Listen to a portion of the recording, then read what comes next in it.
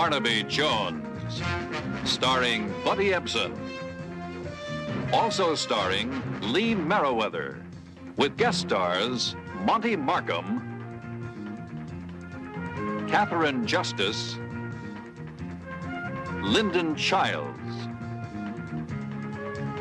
Tonight's episode, Doomed Alibi.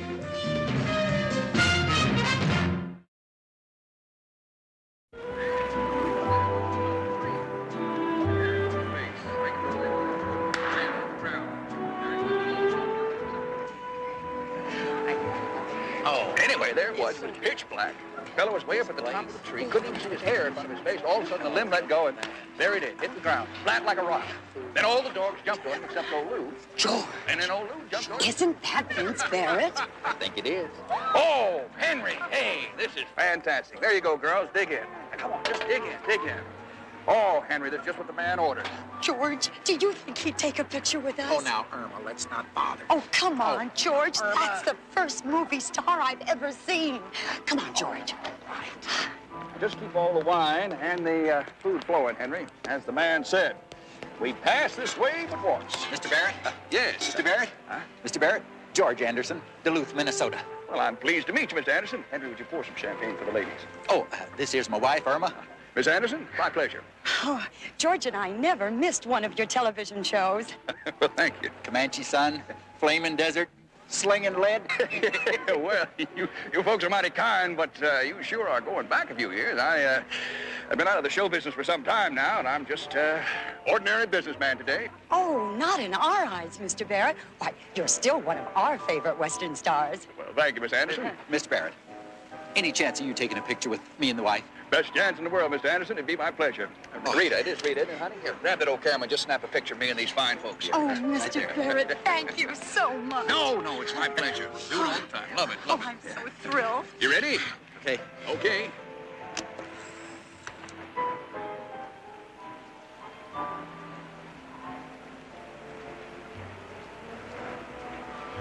Well, that's him.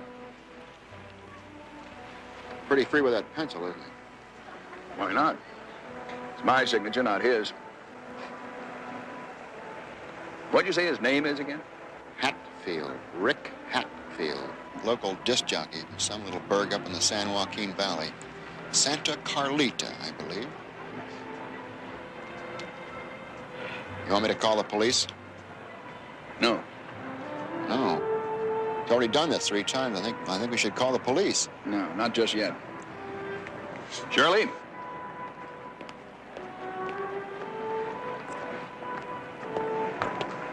There he is, sweetheart. Now suppose you find out just how good an impersonation that fella does of me. Vince, I don't like doing this sort of thing. Honey, he's the reason I settled you in here. Now just be nice. Just how nice am I supposed to be to you?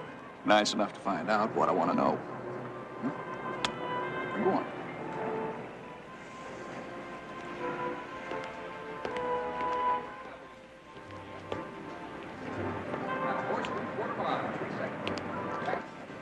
There you go. Oh, you need some more, Miss Anderson, huh? She's a devil, I tell you. Oh, this Minnesota girl. Well. Aren't you Vince Barrett, the motion picture and TV star? Yes, ma'am. But if that don't please you, I'll be glad to change myself into Snow White and 7 Dwarfs.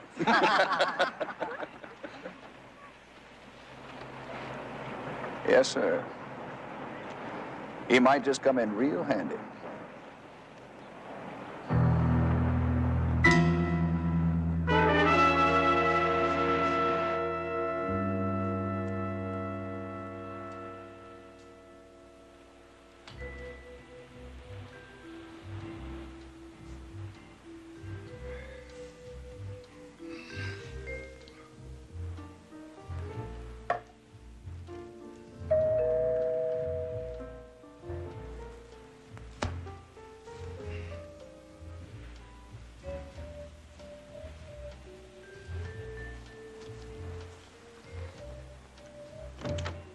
Good evening, Ted.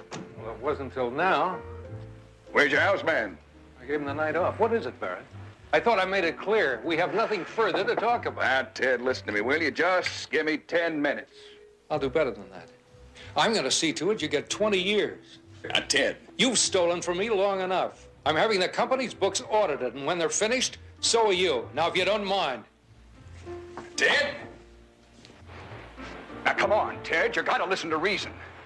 I got into some bad investments. I got in over my head. Not only a lousy crook, you're a rotten businessman as well. Damn it, man, I'm your partner. Ex-partner when the audit's done. And you're also an ex-cowboy star. Maybe with a little time off for good behavior, in 10 years, you'll be an ex-con. You can't do that. You just watch me. If I were you, I'd get a good lawyer, and fast.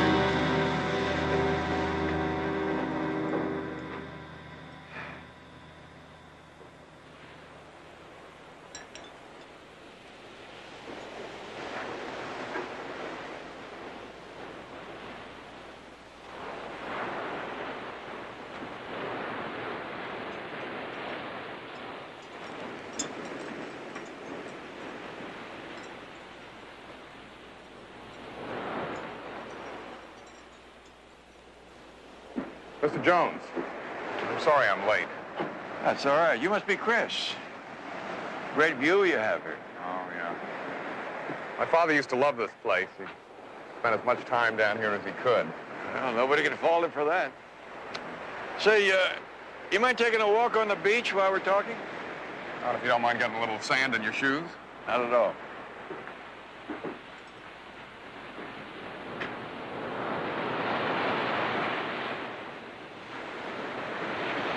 Very relaxing. Sound of the surf pounding on the beach. I guess, make it difficult to be heard if you're out there yelling for help. You mean that's why none of the neighbors heard my father call for help? You're wrong, Mr. Jones. There was none. According to the police report... Hang the police report, Mr. Jones. My father's death was no accident. He was an excellent swimmer. And more importantly, he had a very hard, fast rule about anybody swimming alone, even himself. Rules are made to be broken, Chris. Years ago, his brother David drowned while swimming alone. Dad never got over that. Did you? Yeah, I see what you mean. Could your father have lost this? I found it up on the deck. Turquoise, isn't it? I think so. Yeah. More like something Vince Barrett would wear. Vince Barrett? Cowboy actor? Yeah, he was a partner of Dad's in a land development deal. Been down here a couple of times on business. These floodlights, they work on a timer? Yeah, that was another one of Dad's safety precautions. They come on at sundown every day. Now, I understand that the beach lights were off when your father's houseman came home.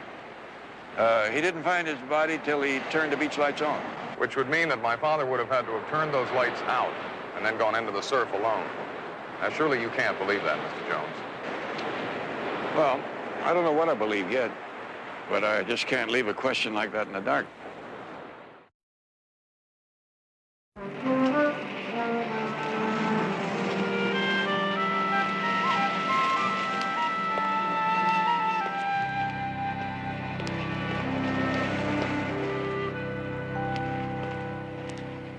And that about wraps up KBEX's late morning news. Now back to the Rick Hatfield Show and some oldies of yesteryear. As the old Duke says, no song like an old song. Pilgrim.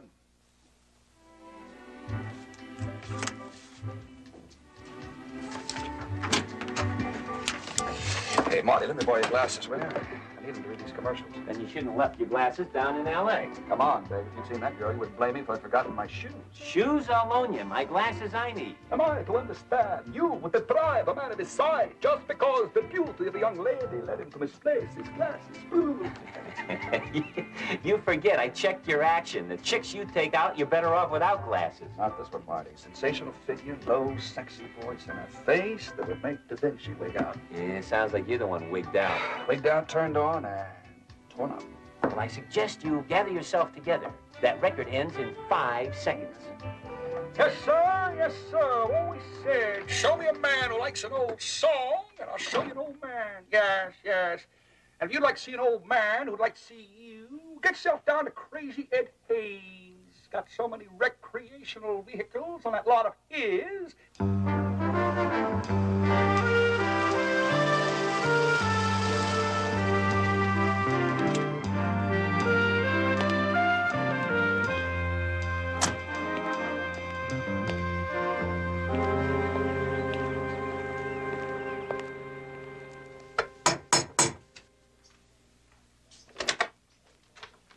Hi, I'm Barnaby Jones. Oh, Mr. Jones, come on in. I'm Ben Rustin, Vince Barrett, attorney. Thank you.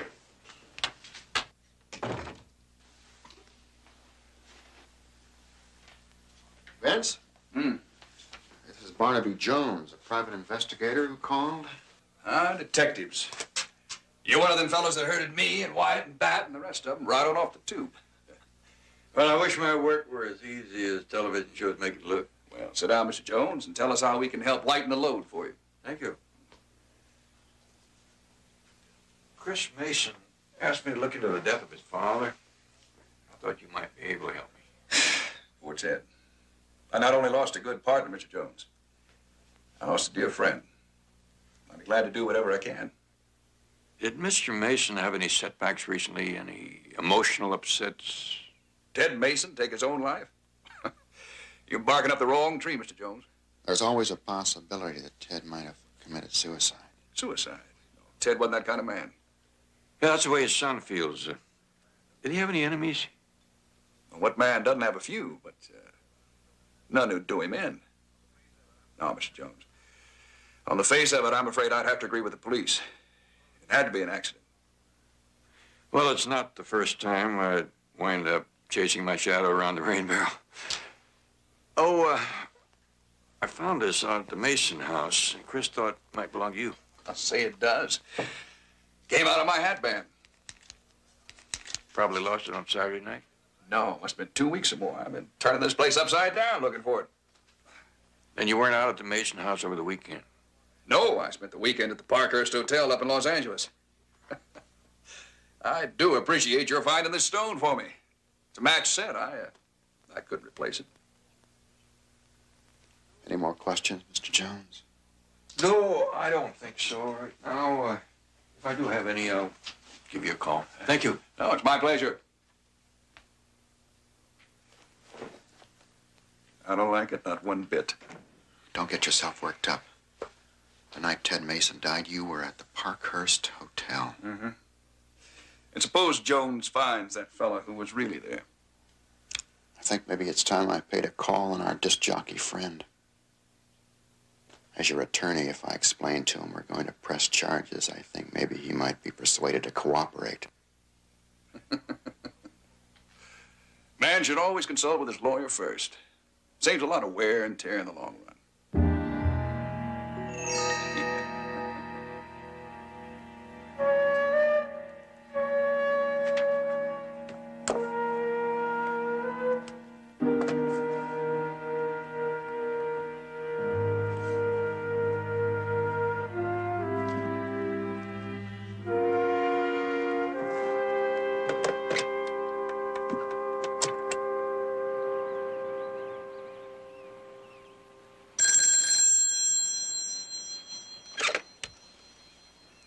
Hello. Shirley, guess who? Well, Vince Barrett, of all people. It's Hatfield. What do I do? Blame along. Well, how did you get this number? From your answering service. Celebrities do have privileges, you know. Well, it's awfully sweet of you to call, Vince. It's awful short notice, I know, but, well, I sure would like to see you again. He wants to see me again. I told you he'd be a problem. Tonight? Tell him you'd like nothing better. I'd love to, Vince. What do you think? He's got the phone number here. What happens if he connects you to Shirley? That could be real trouble. Ben, we got the company now. There's an awful lot at stake. I know that. Can you handle him? Looks like I'll have to, doesn't it? Permanently. All right.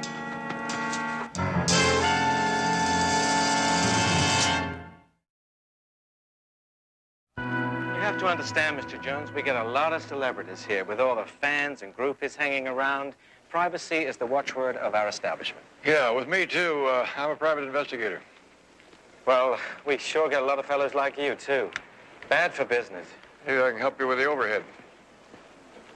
Vince Barrett. Saturday night. Spent the entire evening in his suite, private party, left a wake-up call at the desk at 1:30. Now, hold on. That blew by so fast, I just got to breathe. Well, let's see. There were the Andersons, a middle-aged couple that Barrett picked up by the pool, and a sharp-looking chick, Shirley. I didn't get the last name. They're still in the hotel? The Andersons made reservations at Valhalla in Apple Valley. I don't know about the chick. Or the guy who left the glasses. Glasses? Housekeeper found a pair of men's glasses in the room after Barrett checked out. They didn't belong to Mr. Anderson. I called Barrett's office. His secretary said he didn't wear glasses. Interesting. Now, hold on just a minute. Don't tell me. Let me guess. You are in charge of the lost and found department, and the glasses are in your possession. You got it. If private eyes are bad for business, I'll bet you never see a recession.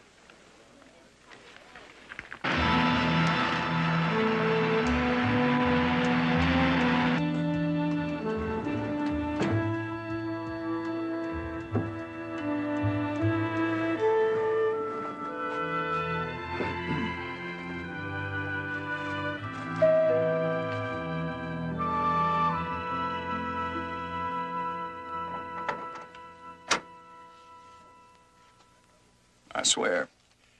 If that fellow who painted the Mona Lisa could see you right now, he'd have to tear it up and start from scratch. You could turn a girl's head, Mr. Barrett. Oh, Vince, honey, same as before. We Barretts don't stand on ceremony. Well, looks like you came prepared for one. Flowers for now, a little champagne for later. My daddy always said if you can't win a lady's heart between those two, you don't deserve the family name. Do you mind if we use up a little bit of your sparkling water? No. My mama used to say, give cut flowers a taste of the bubbly. Keeps their color fresh, bright for a long, long time. Sounds like you have plans. All completely honorable, ma'am. I assure you. Go to the West. Does the code of the West include a steak? Huh? I'm starved. Where are we going? Well, now, that does present a bit of a problem. Much as I want to show you off to the world, I want to keep you all to myself, too. I know just the place. Ferguson's at the beach. It's small, quiet, and dark enough that no one can tell the famous Vince Barrett from Mickey Mouse. Oh, I like your thinking, gal. I like your thinking.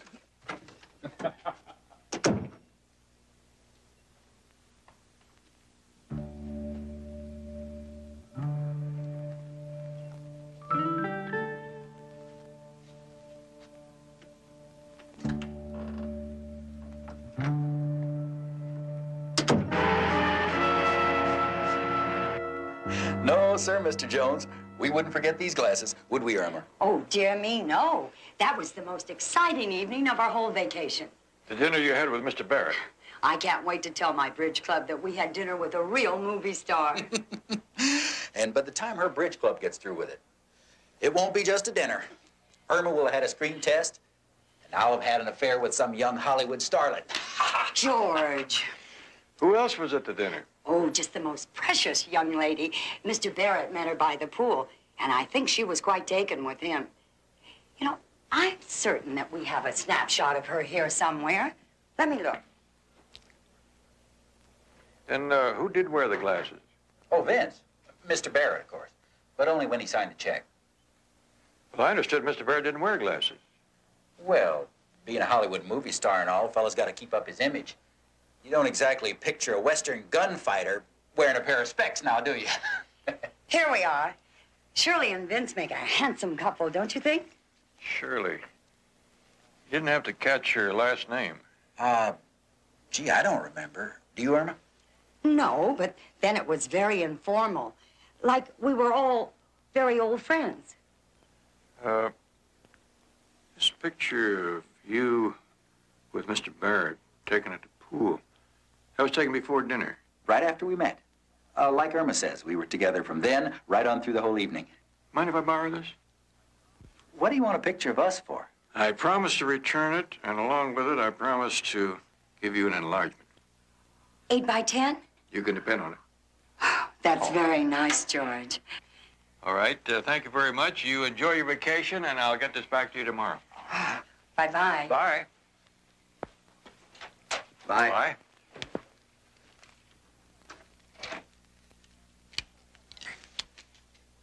You know something, Irma?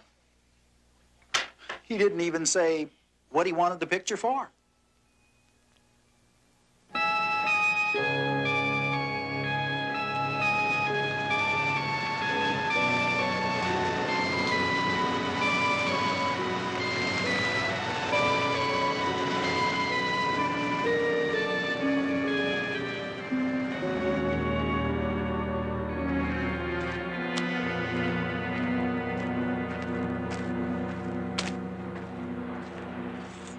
It's beautiful, isn't it? Doesn't hold a candle to you. Careful. Flattery has taken a lot of men further than they wanted to go. That's true. To me, you're just about the prettiest thing I ever laid eyes on. The way you talk, the way you move. Oh, the truth is, I was kind of surprised when you took me up on my offer to go out tonight. Well, that doesn't sound like the Vince Barrett I know. Well, now, supposing I wasn't Vince Barrett. Not rich and famous, but just an ordinary guy. How'd you feel about me then? How would you feel about me if I weren't as pretty as you say? Now that I know you, I feel exactly the same way. Shirley. Oh, shh. Don't say any more. That's the sweetest thing anyone's ever said to me.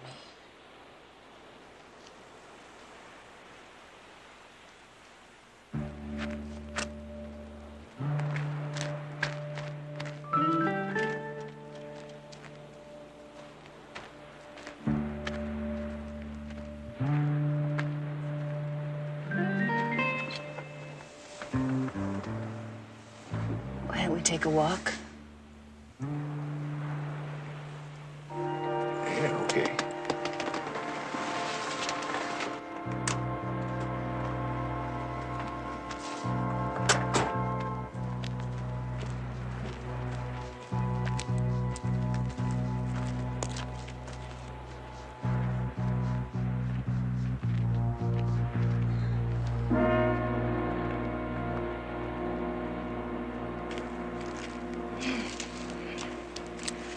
I think I should have worn my shawl.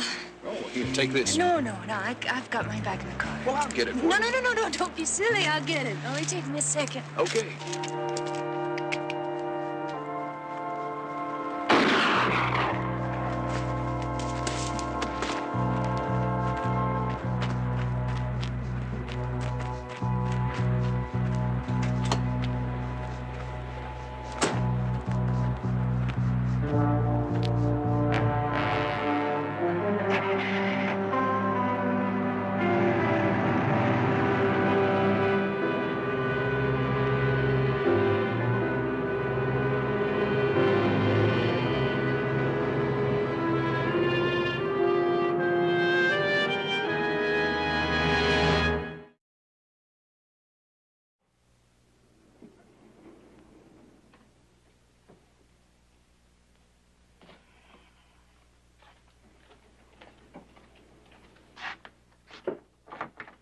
Shirley. Oh, am I ever glad to see you. I've been waiting out there on that stairwell all night. Shot. No, it's okay. It's okay, I think. Oh, no, it's all right. I'm okay. Take off your jacket. Man, I waited and I waited. When you didn't come back, I was afraid they'd gotten you too. No, I panicked when I heard the gunfire. I was afraid to come back to the apartment, so I spent the night with a girlfriend. You didn't call the police? I started to, but I guess I'm a coward. I was afraid to get involved. Did you call them? No, I couldn't. Even after someone tried to kill you? There's a reason I can't go to the police. I'm a fake, Shirley. I'm a complete phony. I don't understand. I'm not Vince Barrett. I've never even met the man. What? I just look like him, and I do a very good impression of Barrett. Then who are you? Rick Hatfield. I'm a small-town disc jockey from Santa Clarita. Closest I've ever been to the movies is to buy a ticket. So then this whole thing was just a game. Was.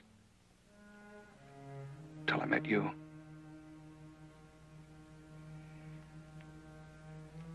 I tried to tell you last night, but...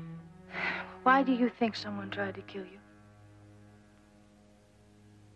It wasn't me they were after. And they thought I was Barrett. And don't you see, that's why I have to do something. I mean, when they find out Barrett's still alive, they might try again. Barrett has to be warned. If I go to the police... I'll take it in the bedroom. Why don't you try to get some rest? We'll find a way.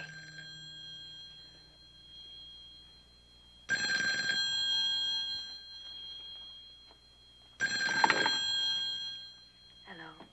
Cheryl, we got trouble. Ben can't be sure he finished that business with our friend. Just in case, if he calls you. You shouldn't have tried to kill him, Vince. He did nothing to deserve that. Honey, I told you we had no choice. But if he gets to the police... Don't worry, Rick won't go to the police. Well, now, honey, how do you know that? Vince, you know how I feel about this thing. What would you say if I told you that Rick's all right and that he's not going to cause you any trouble? How would you feel about it? Look, if he's okay and we're in the clear, I'm the most relieved man in the world. Vince, he believes someone was trying to kill you. His first thought was to try to warn you. He's there now, isn't he? Yes. I'm not going to let you hurt him, Vince. I won't be a party to it. Okay. Just bring him out here and I'll reward him for his help, and Ben can caution him against any further masquerades, and we're home free. Don't lie to me, Vince. Not again. Trust me, Cheryl. Trust me. Right. But he's asleep now. It'll be a little while. Okay.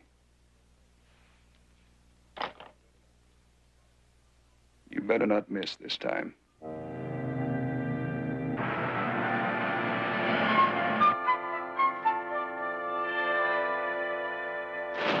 Yes? Who is it? I'm looking for Mr. Barrett. Well, I'm sorry he didn't come in today. Perhaps I can help you. I'm Dan Foreman, the controller. Oh, yes, maybe you could help. I'm Barnaby Jones, representing Chris Mason. And he's worried about how the company will make out now that his father is gone. That's right on the button. Somebody else must have posed that question. Well, Mr. Barrett had anticipated some of the investors might share that view. Well, Mr. Mason was top dog. Died suddenly. Might have been that it was due to some hanky-panky in the company, mightn't it? Not with Ted Mason running the show. You can tell young Mason we're as solid as a rock. And you anticipate that Mr. Barrett will run the company along the policies that Mr. Mason did? Well, no two men see eye to eye on everything. For instance? Well, Mr. Mason had asked for a special audit the week before the accident. Was the audit completed? It was never started. Mr. Barrett canceled it. Why? He didn't want to make the stockholders nervous. That seems funny. Now, these head chefs seems to me want to know what's in the pot.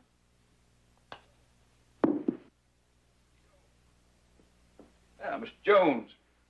I read a little left to right break. Just a little bit left of the cup.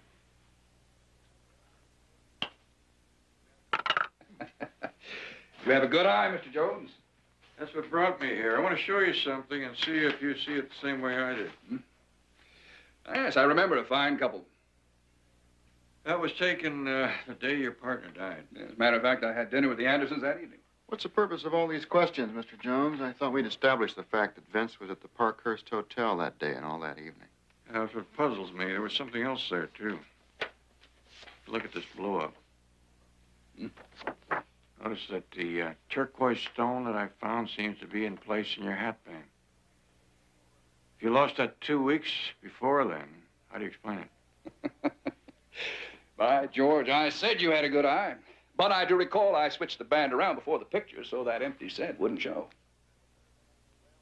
Now, why didn't that occur to me? Well, I guess with you detective fellas, everything has to be checked out, right? Yeah, that's for sure. I've checked out about everything except the name of the young lady that the Andersons said had dinner with you that night. Shirley? Shirley. You recall her last name? Shirley Jennings.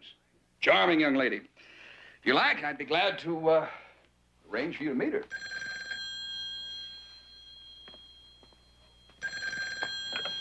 Hello? It's for you. Yeah.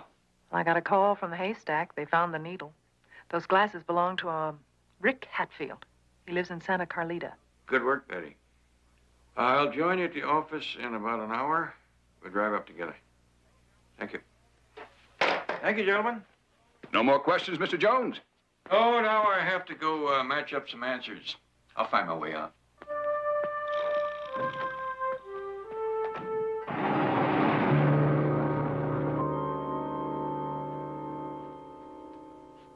Rick.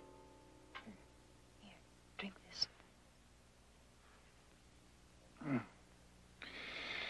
Hey. Thanks. I must have been more tired than I thought. You'll be happy to know that you don't have to go to the police. I got in touch with Vince Barrett himself. You did? How'd you get his phone number? A friend of mine used to work at the studios. Finally, when I got in touch with Mr. Barrett, I told him what happened. He wants to see you right away. That's great. What'd he say about me? No. Don't worry. There's not going to be any trouble.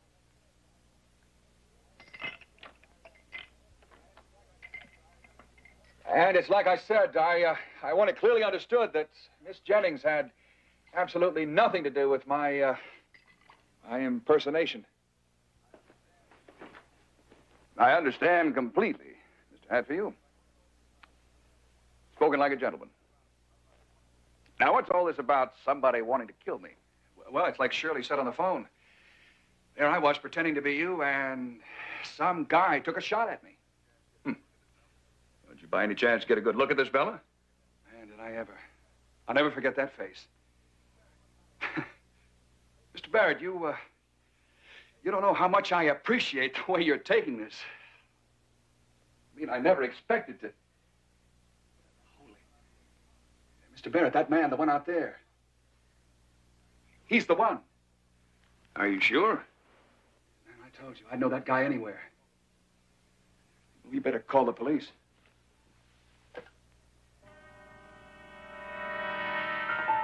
Wait a minute.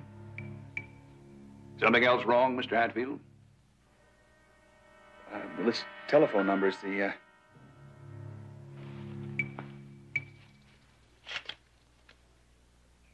That's the one I used to reach Shirley. 2 and 2 do make 4, don't they, Mr. Hatfield?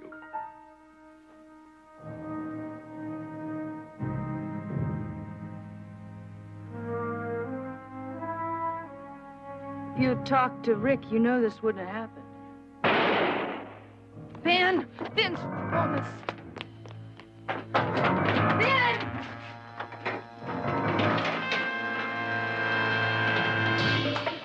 Vince? Open the door, Vince! Are you okay? Vince? All right. Okay.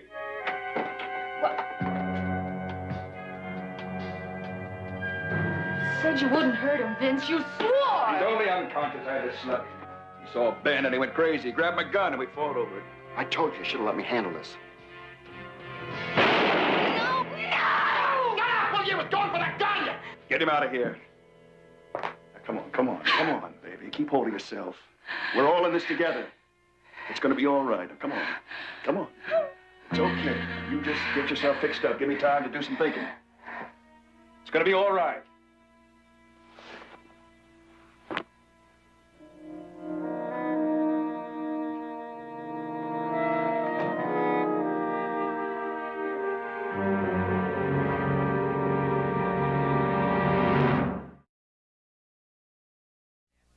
All I know is if I didn't ask him to make a few pre-recorded shows a couple of months back, I'd be up the well-known creek without a paddle. Does he do this often? I mean, take off without leaving a number or calling in? No, he's usually pretty reliable. What do you want with Rick anyway? Oh, I wanted to give him the glasses that he lost. Hey, he's been going crazy without these. Where did you find them? Parkhurst Hotel. He left them in a suite there. That's a first-class pad. Guess that's where the little fox he met must have been staying, since Rick didn't have the bread to spring for anything like that. Do you happen to know the little fox's name? Shirley. Rick dedicated at least a dozen numbers to her. Does he know anyone else in L.A., say, Vince Barrett? Know him? He knew Barrett inside out. Not personally, I mean, but... Excuse me. Who's that look like? Vince Barrett. Wrong. That is little old Rick doing one of his many famous impersonations. But that really fooled you, didn't it? I'll bet he fools a lot of people.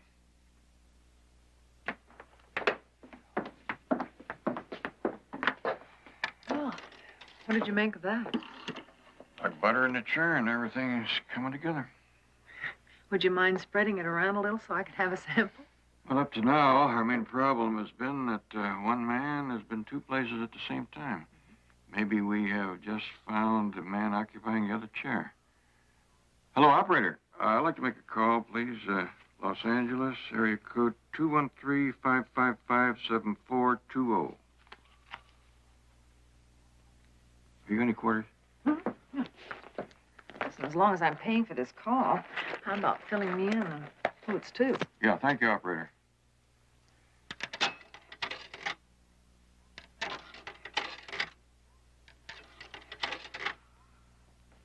Hello, Mr. Foreman. This is Barnaby Jones. Mr. Foreman, I need some information regarding the payment for Mr. Barrett's stay at the Parkhurst Hotel this last weekend. Do you have those records? Sure, I'll hold. What does that have to do with Rick Hatfield? Well, the biggest advantage in using another man's identity is that you can use his credit, too. Hello? Yes, I see. Mr. Foreman, have there been any recent charges made in Mr. Barrett's name that he claims were not his? Huh? Well, did they take care of those, too? I see. Well, thank you very much. Are you going to tell me? Seems there were several large hotel bills, dinners, rooms, and things like that run up in Barrett's name recently. Barrett claimed they weren't his. His lawyer, Ben Reston's been squabbling with Foreman about them for several weeks. Well, what? Well, suddenly, last Saturday night, Reston had them all paid off. Saturday night. Isn't that the night? the night Ted Mason died.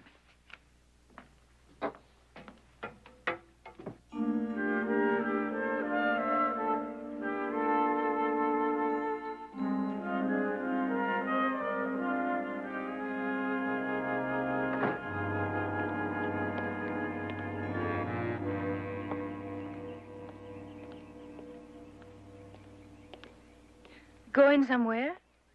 I thought I'd take a drive. Without saying goodbye?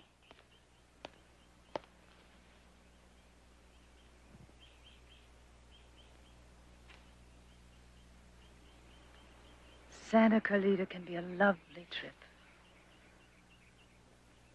You knew it there. I guessed. The kiss just clinched it. You were with Barrett all the time. Not when he wanted you out of the way. I still don't get it. Why did Barrett want to kill me? He was using you as an alibi to cover a murder he committed. He couldn't afford having you around.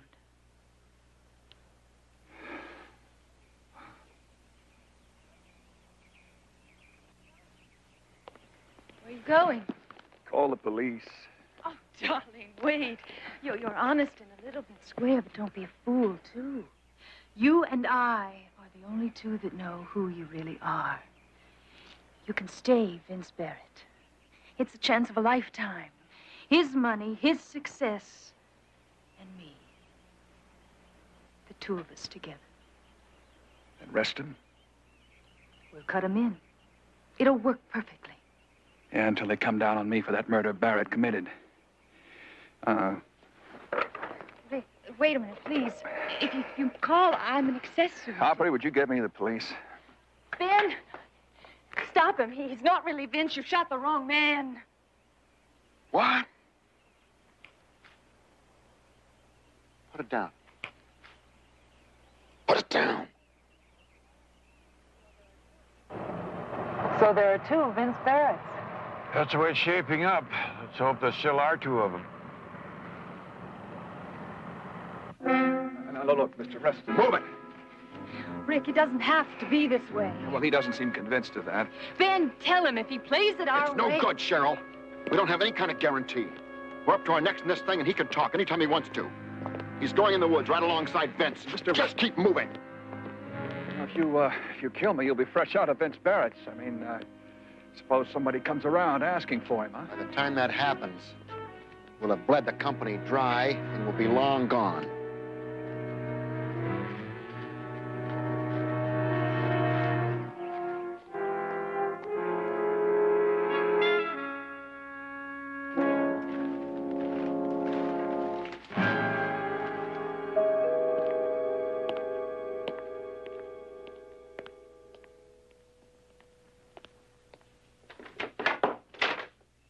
Yes? You are Shirley Jennings? I got the name from the registration in the car in the driveway. If you've come to see Mr. Barrett, he's not at home. His car's in the garage. So is Mr. Reston's. They took another car. That wouldn't by any chance have been Rick Hatfield's? I'm afraid I don't remember anyone by that name. That's funny, because Mr. and Mrs. Anderson, remember you were having dinner with them and Rick at the Parkhurst Hotel Saturday night? I was with Mr. Barrett last Saturday night. I hope you'll change your mind about that.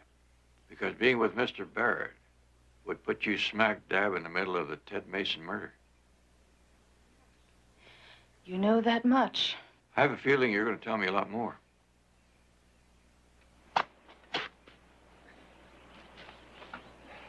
Keep digging. I want it deep.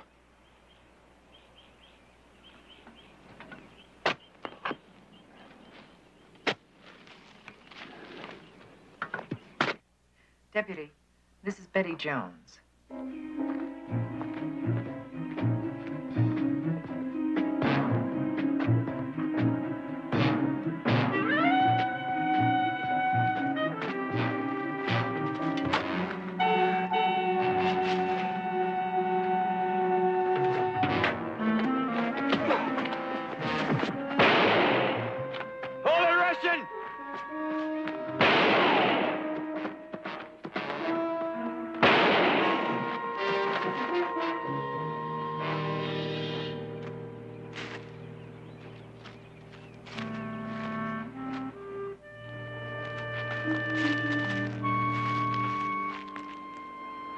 You mind telling me which one you are? Rick Hatfield. Right now, I'm glad of it.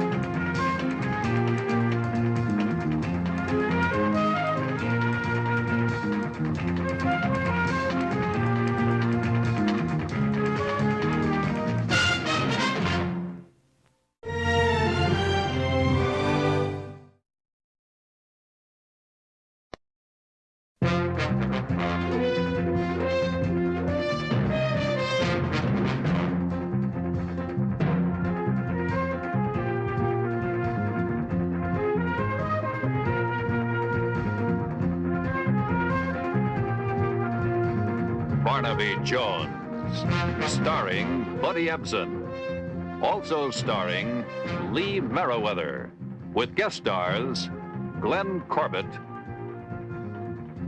Lynn Marta, special guest star Nina Foch. Tonight's episode, Divorce, Murderer Style.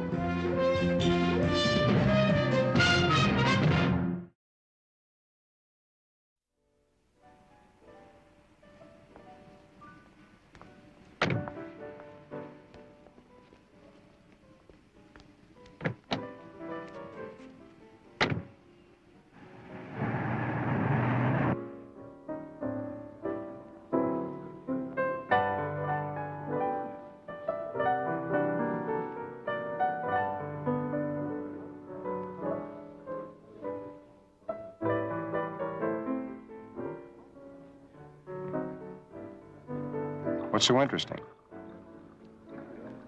That marvelous-looking waiter. You used to have a figure like that, didn't you, Charlie? You telling me I'm getting fat? Oh, no. Just comfortable. Like a friendly old overstuffed chair. You were so beautiful when I first met you. What do you want from me? Another 50-yard run, I suppose. The crowd yelling and the bands blaring. Nobody can be a football hero forever. You have to look for other values in a man. You write that down. Stop it, Linda. All right. I'm sorry. Forgive me.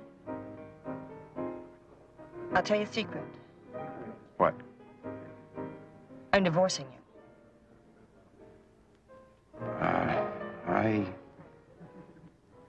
I can't live without you. Oh, Charlie, please. Now, if we can't be kind, let's at least be honest. When you married me for what my family could give you. Fat, vice presidency in the firm, and a shelf for your trophies.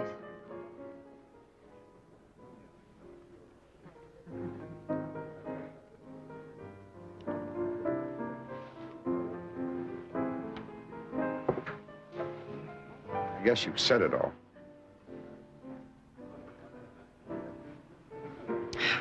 You know, I'm really sorry it ended this way. You know, I really am sorry.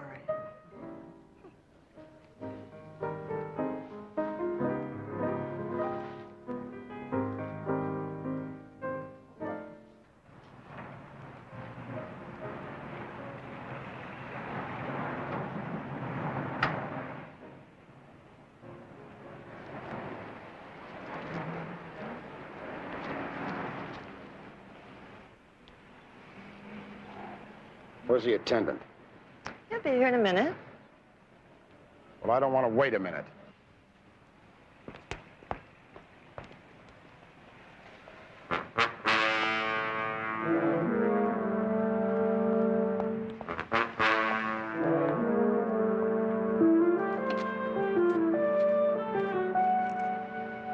Hold it.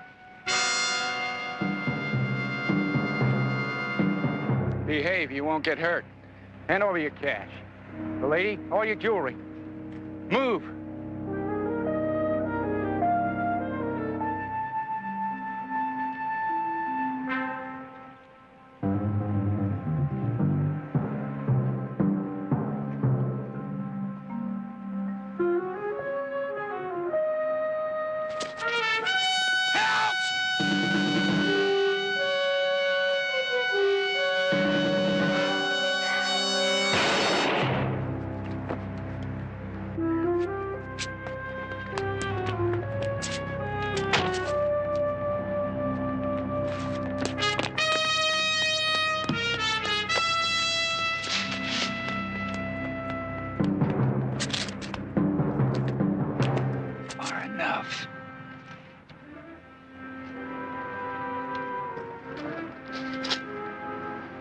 Did I do all right?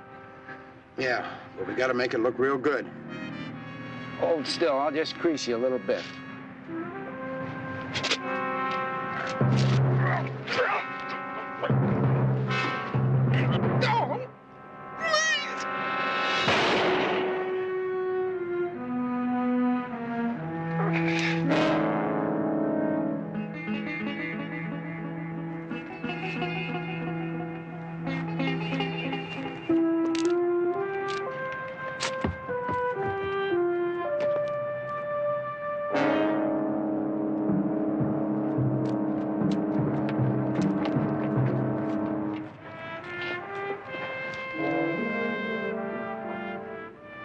Oh, Linda.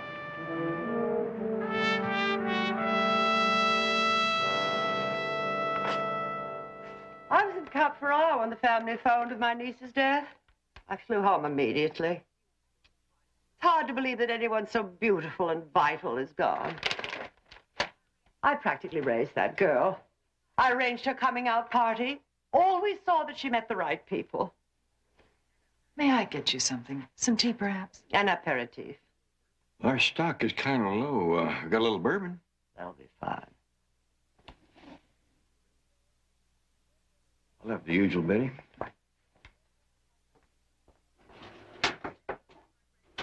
Yes, Linda was my greatest achievement. I'll never forget the first time I took her to Paris. Such fun explaining to everyone that we weren't sisters. I planned a marriage for her with an Italian count. I was heartbroken when she insisted on marrying Charles. Why was that? It's all very well to watch a football player scratch around in the muck, but you don't invite one into your house. But I forgave her. She was really in love with Charles. And he had some nice qualities. Mr. Roche, why are you suspicious about your niece's death? Thank you. Oh, there's an old French saying.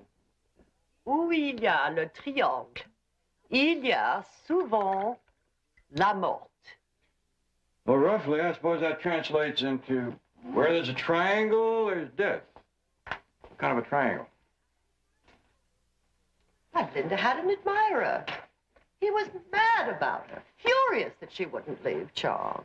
Seems like what you're saying is that what happened the other night was more than just a robbery. I can't be sure, but isn't it true that each man kills the thing he loves? Especially in California. Be more likely he'd kill the husband. Well, he must have realized that Linda would have an admirer. She was so beautiful. All due respect, ma'am, this is pure conjecture. Yes. But Linda did say he said something very dramatic. If I can't own you, no one will. Yeah, that is pretty strong. Do you have any idea who this admirer might be? No, Linda never told me. She did say, though, that he was subject to fits of violence. Oh, Mr. Jones, do find out what really happened.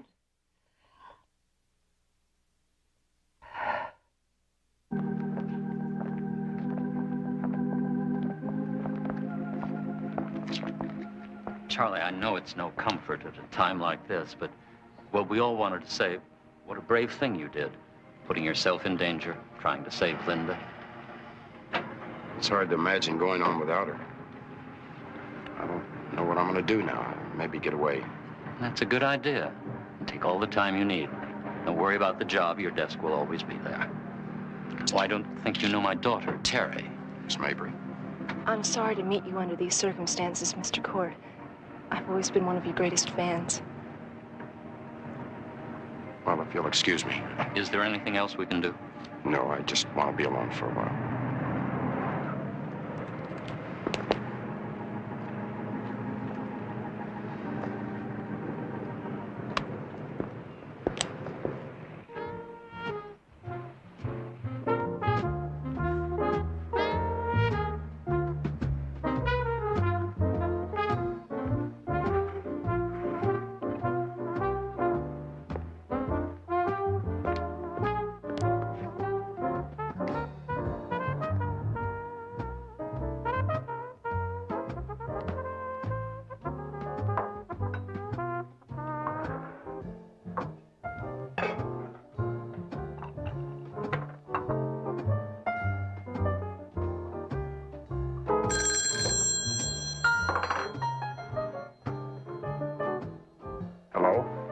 Mr. Court, Yes? this is Mrs. Wilson, Who? the wife of the man you killed. I think you and I should have a little talk.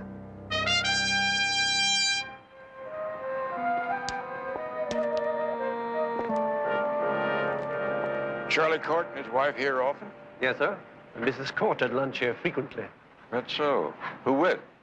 She was accompanied by other ladies, sometimes. Mind telling me about the time she wasn't? She might have eaten alone. It's hard to picture. She may have been with a gentleman, if that's what you're suggesting. But I honestly can't recall. If you'll excuse me, sir.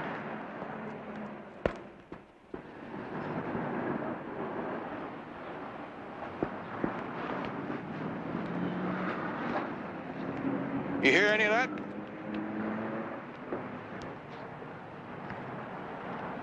It's possible that he doesn't remember the guy. You sound like you do.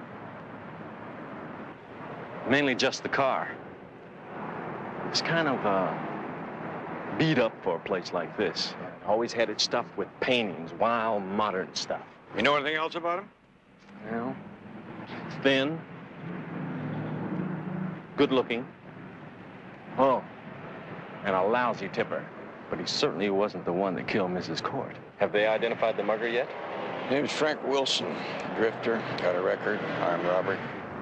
No, the minute I spotted him, I should have run him off. He was here before? Earlier that evening, down by the edge of the lot. Where? I'll show you.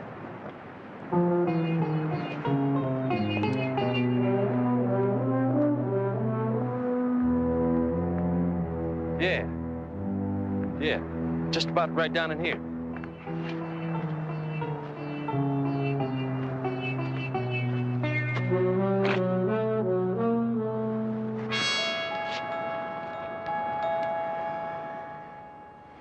Looks like he staked himself out for quite a while. See the whole parking lot from here. Must have been waiting for the right victim. Why? Why what? Why wait? Seems to be anybody coming out of there been rich enough to rob. You couldn't buy a glass of cold water in there for less than $100. Was there a lot of traffic at that time of the night? Sure. It was about closing time. You know, it seems odd that he would let some pigeons go by and wait to pick on Charlie Court. I wouldn't want to tackle anybody that big, even if I was packing a gun.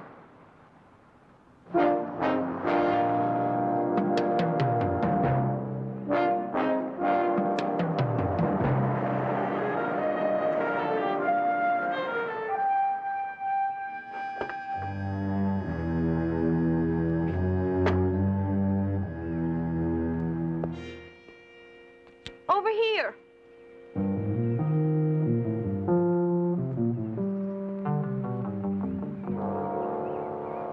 So nice of you to come, Mr. Court.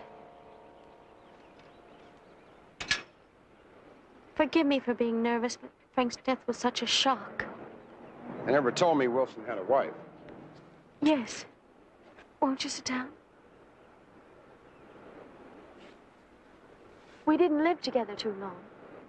He was always wandering around getting into trouble.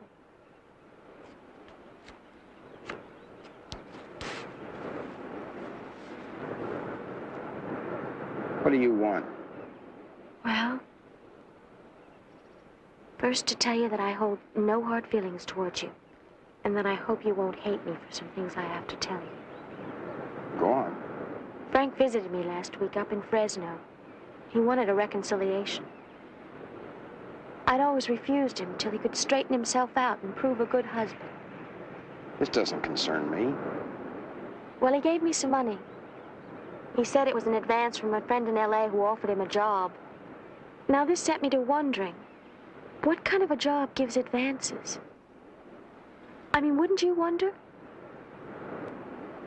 I thought he'd gotten in with the wrong people again, and I wanted to find out who.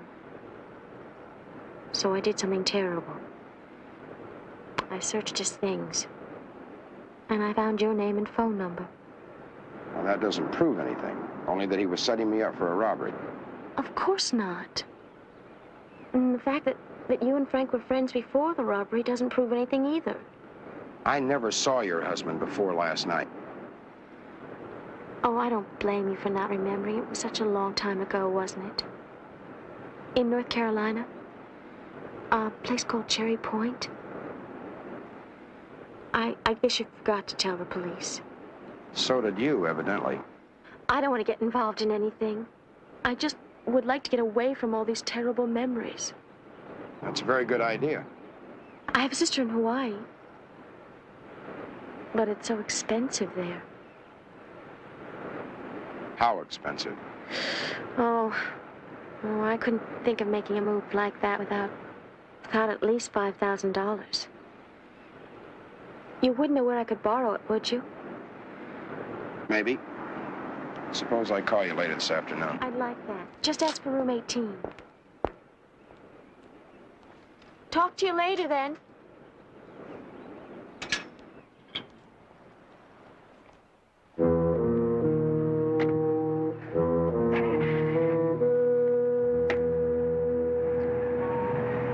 How'd it go? I think we bought him too cheap. Well, you can always raise the ante.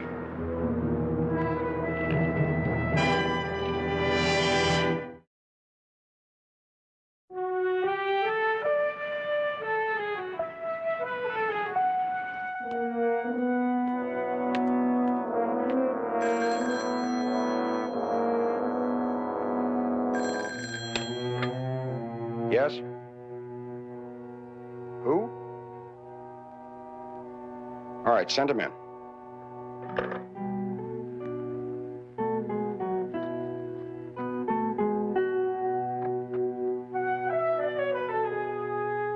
Hi. May I help you? Mr. Jones, is it? Barnaby Jones. I'm a private investigator. What are you investigating? Mrs. DeRoche has some suspicions about your wife's death. And Eleanor? What suspicions? Well, she had the feeling that there could have been some other criminal involved besides Wilson. Well, I'm not surprised she'd say that. She sees every criminal in the country under her mattress. What does that prove? Either that she sleeps in a very large bed, or you're saying she's eccentric. She's wasting her money on your time, Mr. Jones. Free country. You mind if I ask you a few questions about your wife's murder? What can I tell you I haven't told the police? It was a simple robbery. I've been investigating robberies for a number of years, and I don't recall one which was exactly simple. What could be so unusual about this one? Well, the mechanics were a little peculiar. Why stage a robbery like that in such a public place? Criminals do stupid things. Amateurs, maybe, but Wilson was a professional. And the evidence seems to indicate that he was in that parking lot for quite a while. Why did he single you out? I don't think he was being selective. He was probably just working up his nerve. Speaking of nerve, it took quite a bit of courage for you to jump an armed man like that over a simple robbery. Why'd you do that? I don't know. It was dumb. Maybe it was the drinks I'd had. I guess I'll regret it the rest of my life.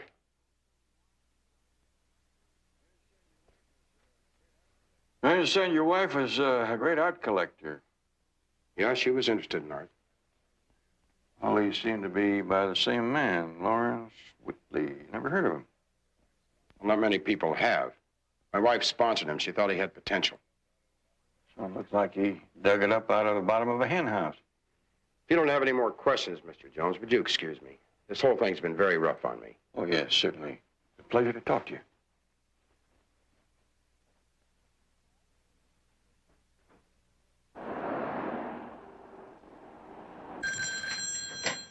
Hello? Everything's ready, Mrs. Wilson. Oh, Mr. Court. I'm so grateful. I really am. But... But what? Well, I've been thinking, $5,000 really doesn't go very far these days. See, I'd like to establish a really solid financial base, so I wouldn't have to bother you again. How solid a base? Well, could you see your way to 20,000? It's a long way, isn't it? Not if it's the end of the line. I wouldn't impose any further. You've been so kind. Well, I don't want to be seen at that motel again. Can we meet someplace else? Certainly. As long as it's public with a lot of people around. Girl has to protect herself, you understand. Do you know the Lebec Lodge in the North Valley? No, but I'll find it. I'll be in the bar at 8 o'clock. I'm looking forward to it.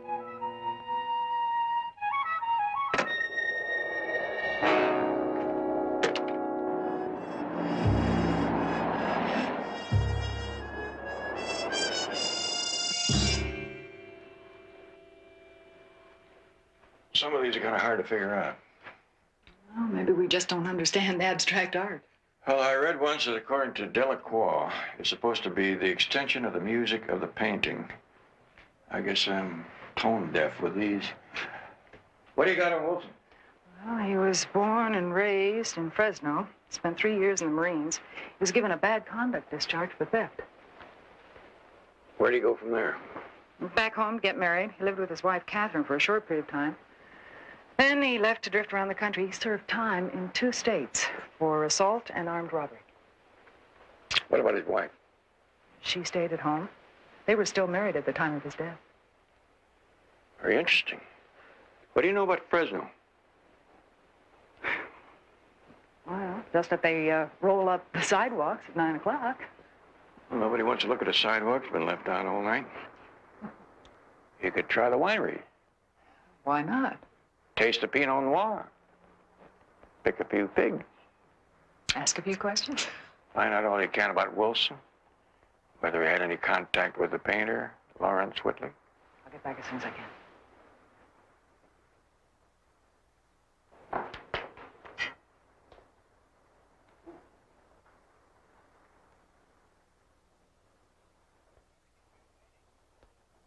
Sorry to keep you waiting, Mr. Jones, is it? I'm Larry Whitley. How do you do? I see you like that piece. It's called Model in Aspic. I hope she can dig her way out. I'll give her your message. What did you want to see me about? I understand you were a favorite of Linda Court. She bought some of my painting. I saw them. Evidently, they didn't turn you on. Well, I don't blame you. These aren't the best side of my work. But people like to be confused. I mean, I work up a piece of garbage, and suddenly everyone is turned on to how a sensory appeal must result from an unintelligible meaning. It's a game I play. You don't seem to be enjoying it. Linda liked them. I thought that I could be another Cézanne, but I'd have done anything to please her. Mr. Whitley, it's possible that the man that killed Linda was a hired killer. It could be that her death was a mistake. Her husband might have been the original target. Saying that somebody wanted him done away with? Whom did you have in mind? Well, if Wilson were alive, I'd ask him. But since he isn't, I'll have to go with the most likely suspect. Me? Why? A man who paints something he hates just because that's the way a woman wants it. He might demand something in return. Do you recall the remark, if I can't own you, no one will? I think I phrased that a little better. It wouldn't be necessary for me to do away with Charlie, Mr. Jones, because Linda was planning to divorce him. That's something I hadn't heard. It is quite true. Charlie would have been destroyed. Yes, in addition to losing his wife, he'd probably have lost a good job. Did Charlie know that Linda was going to divorce him? I'm not sure. He might have known about us. Linda was never much for discretion.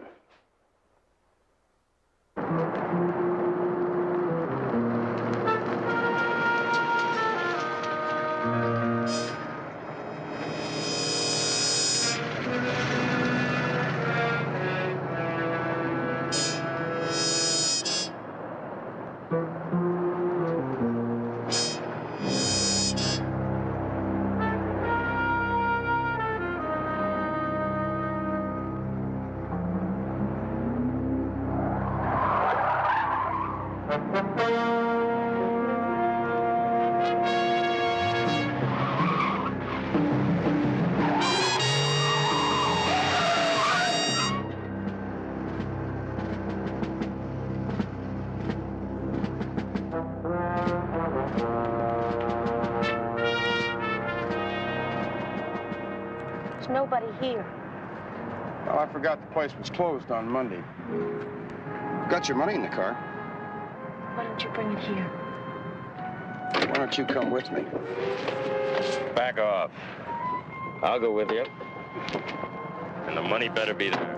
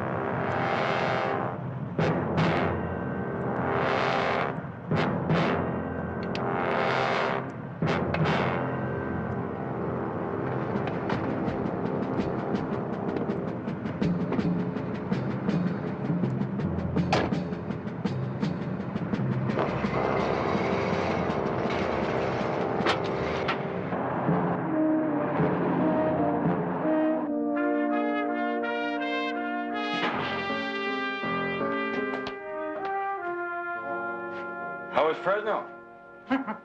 I was wrong. They really know how to live up there. You look like you enjoyed the wine. Oh, it was all those dinners that got to me. I had to entertain half the women in Fresno to get any information. Did it pay off? Yeah. I located a neighbor of Catherine Wilson's. She gave me this. That's Mrs. Wilson. Find out anything else? Oh, Frank Wilson visited his wife in Fresno 2 weeks ago. And he left her some money. How much? Almost $2,000. Did she tell her neighbor that? No, the neighbor had a friend who worked in one of the banks. Kathy exchanged all the money for traveler's checks and then drew out all the money in her account. Sounds like she wasn't figuring on coming home soon. Did she accompany Wilson to Los Angeles? No, it seems she left with a boyfriend. A nightclub bouncer named Lee Masters. I don't think he'll be going home either. I think I just read where they found him dead out at Lebec Lodge last night. Evidence indicates victim of hit and run. Kathy Wilson has been having a miserable run of luck with her men. I think I ought to learn all I can about this accident, if that's what it was. Okay, is there anything you want me to do? Excuse me. Get some rest.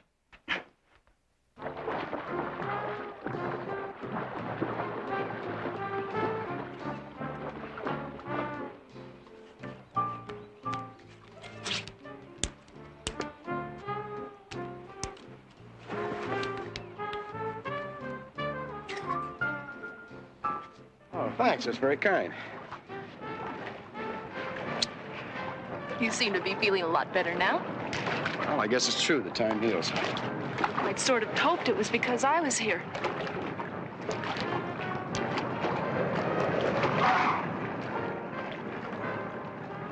Back in a minute.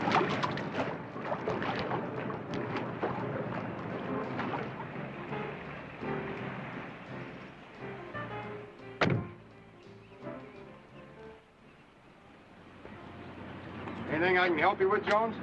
Just want to have a chat. You sure keep this up nice. That's right. Front bumpers shine like it's brand new. No dents, rust. Well, I like to take care of my things. Funny you didn't take as good care of the back bumper. It's showing signs of wear. Well, maybe I'm just not too steady in reverse. Like the old guy back home, he had a car that would only run backward. He didn't care where he was going. He Just wanted to see where he had been. Is that what you came to talk to me about? Well, no. Mr. Court, did you know that Frank Wilson had a wife? Lived up in Fresno. He visited her about a week ago and left her a couple $1,000 for household money. Now, where would he get a sum like that? Some crime, I suppose. Why don't you ask her? She wasn't home. Word is she's down here in Los Angeles somewhere. If you hear from her, would you call me? Would you explain to me why I'd hear from her?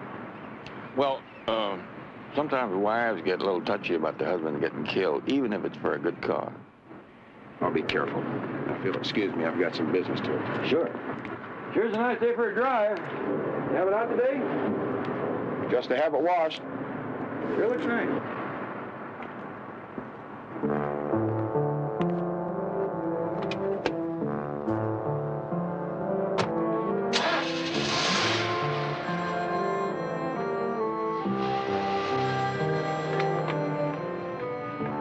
Charles? Call for you.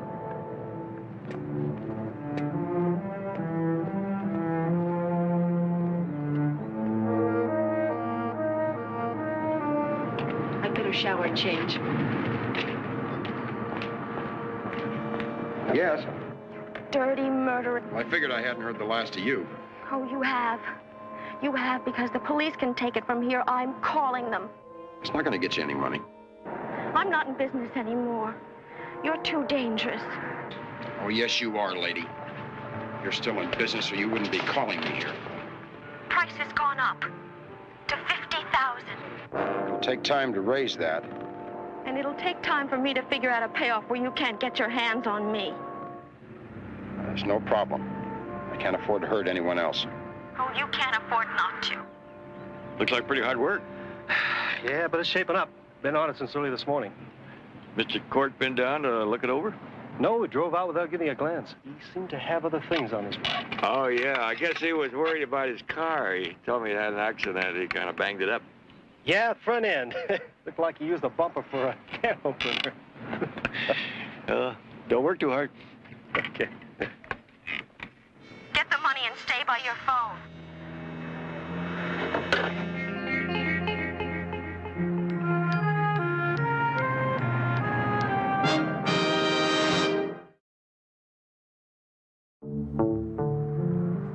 Take a look over here, Barnaby.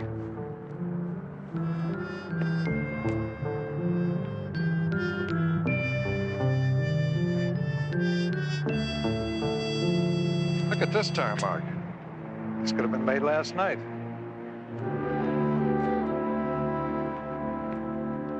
Looks like 2 cars were here, Lieutenant.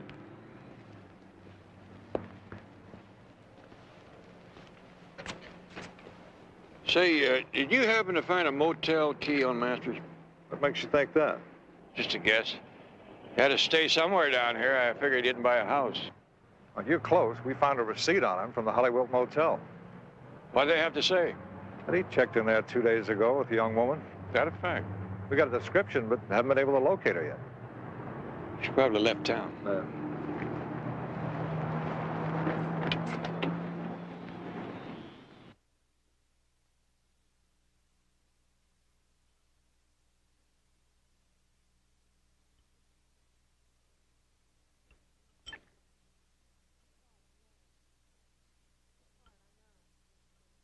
It's hard, I know. What? Being without someone you've loved for a long time.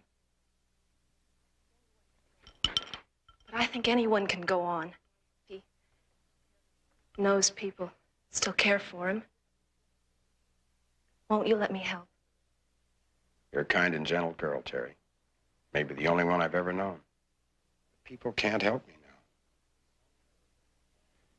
Somewhere in the world, there's a place where fat, old ex-football players can find some peace. I'd like to dump everything and go look for it. But I'm afraid. Of what? Myself.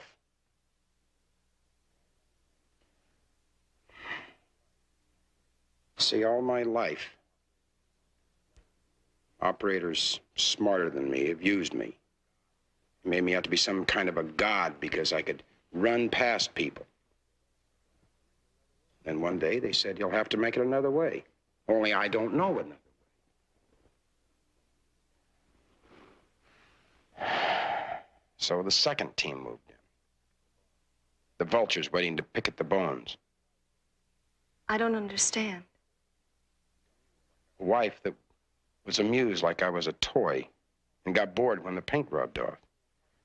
A company that put me in public relations with a fancy office. Put me on exhibit. You'll have to forget about the past. It'll only make you unhappy.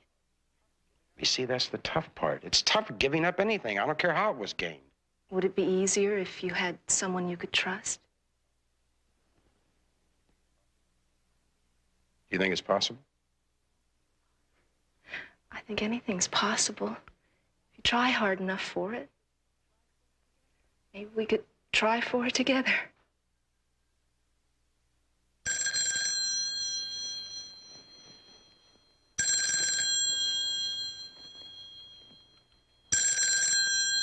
Would you excuse me?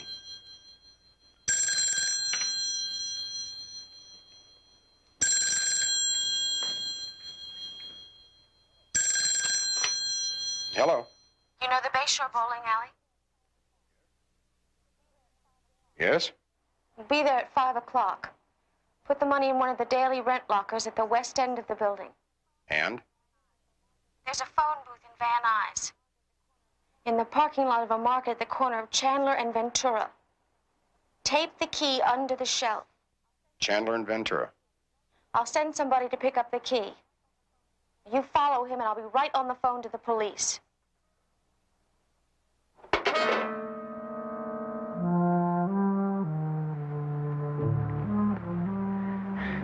I don't know. It sounds all right, but, Stanley, everything is going to be fine. There's nothing to it, Stanley. And you pick up a fast $500 just for bringing the package home to Mama. nothing's gonna go wrong. No way. Everything's going to go right. For you and for me.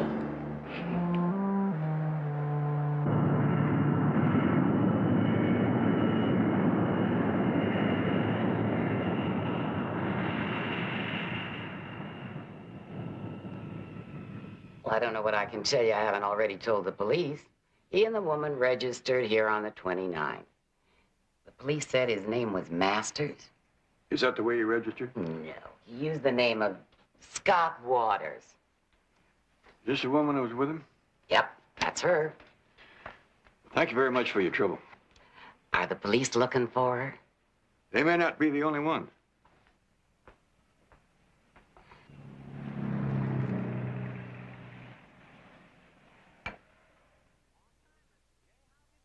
Long time, Mr. J. How have you been? Good. You? Same old 6 and 7s, you know. Got any tough ones? Yep. What was Zach Wheat's lifetime batting average? Zach Wheat. 317.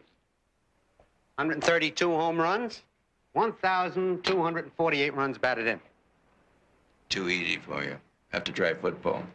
Hey, I hear Charlie Court's a customer here. Yeah, used to be quite a regular. All right. What was his college touchdown total? None. Came off Sandlot. You mean he never played anything with pro? No. Wait a minute. He did play some service ball. Where? Marines, I think.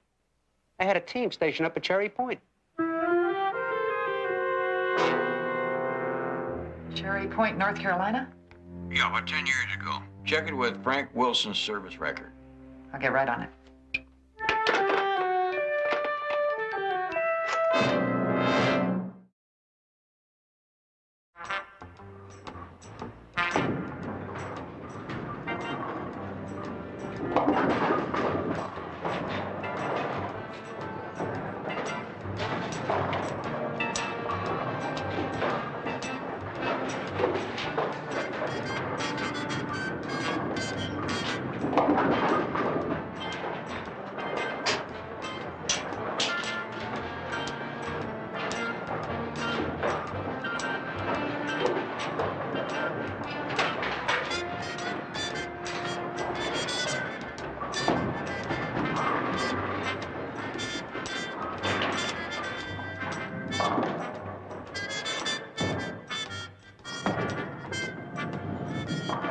Yeah, I had a few things to check, and I noticed that all the other lockers were rented except the one I took.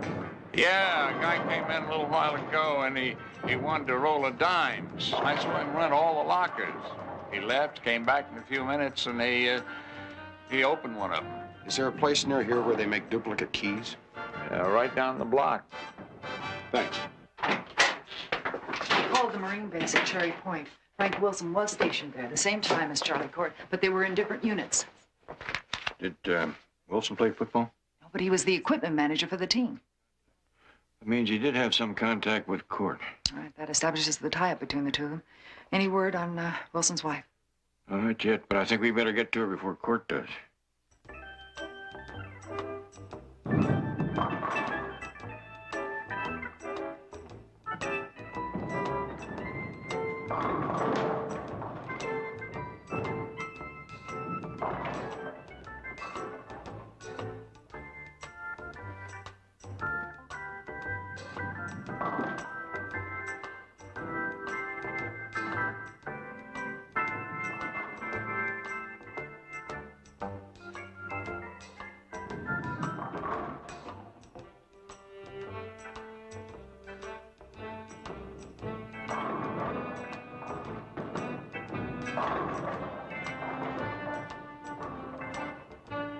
Yes, well, thank you very much.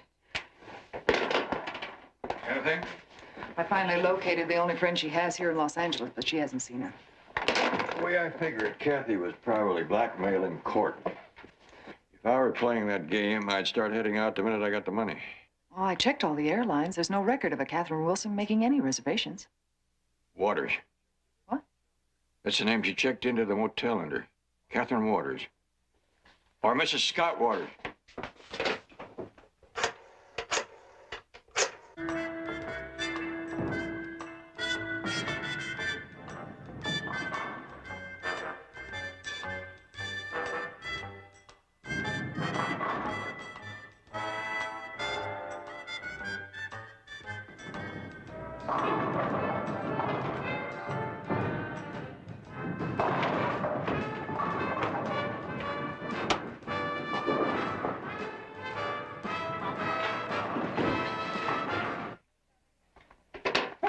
Got it. Mrs. Scott Waters, 11 a.m. flight to Hawaii on Consolidated Airlines, and she left a callback number. Let's see where this number is.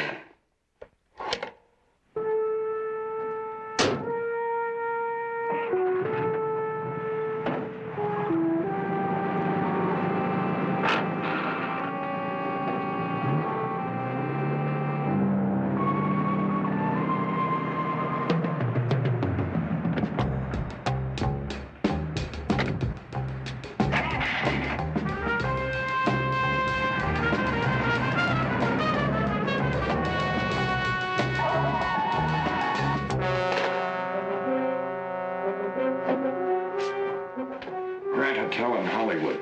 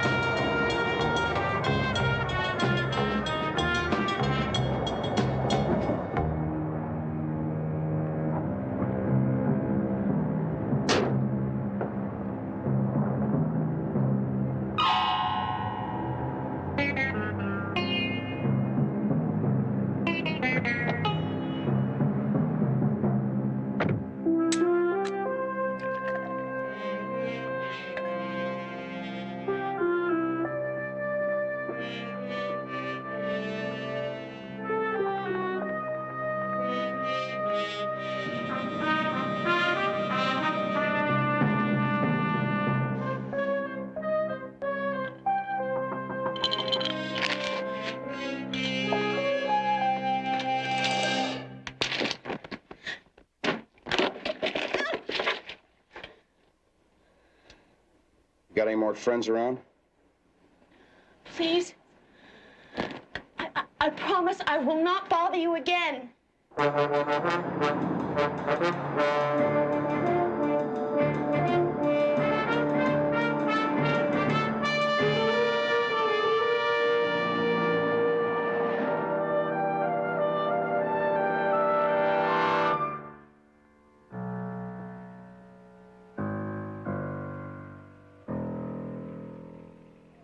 know.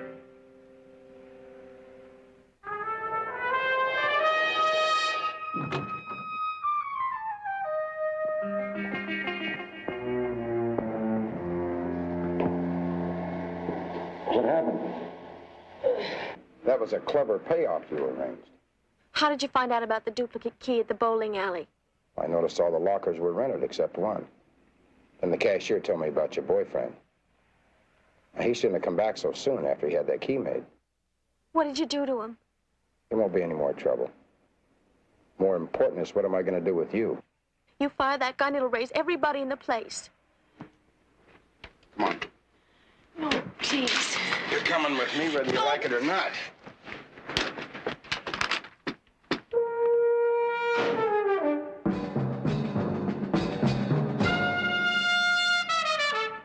Backstairs. Hold it, Court. Get up those stairs. Go on, move! Move!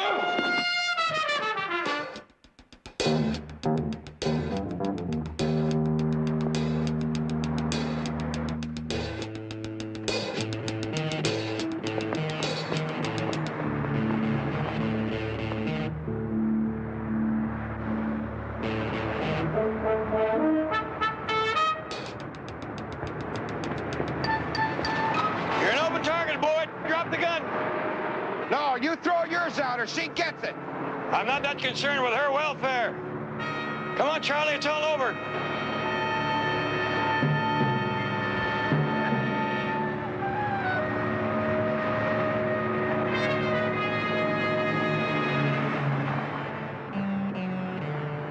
Look out, he's got another gun!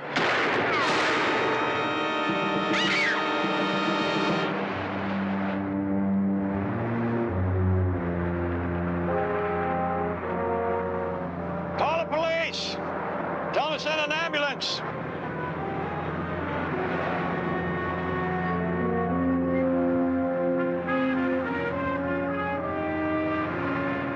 Too bad. You could have saved yourself a bullet, son.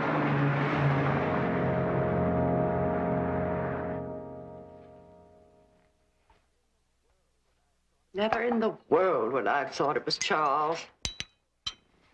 You're sure? He gave a full confession to the police. Still, I can't help but be sorry for him, even though he did do a terrible thing. Poor Linda. You could never tell where marriage will lead.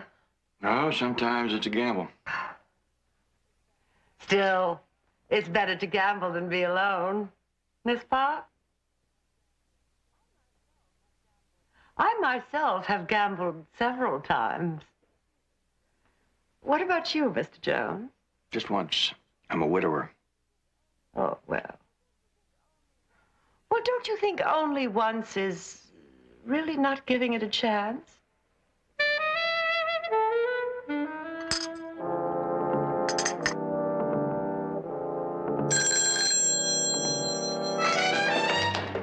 Barnaby Jones' office, may I help you? Yes, yes, I'll catch the first plane. Excuse me, ma'am.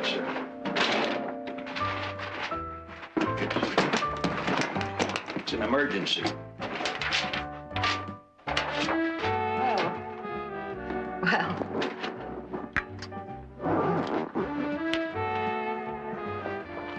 I hope you are. He's a charming man. Does he own a dinner jacket? I don't think so. Oh, well, we can rent him one. Bye-bye now.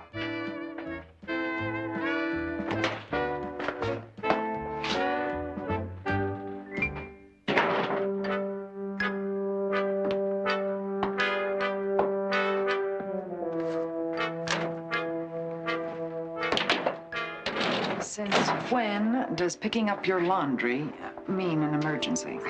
When a lady like that gets to itch to gamble again.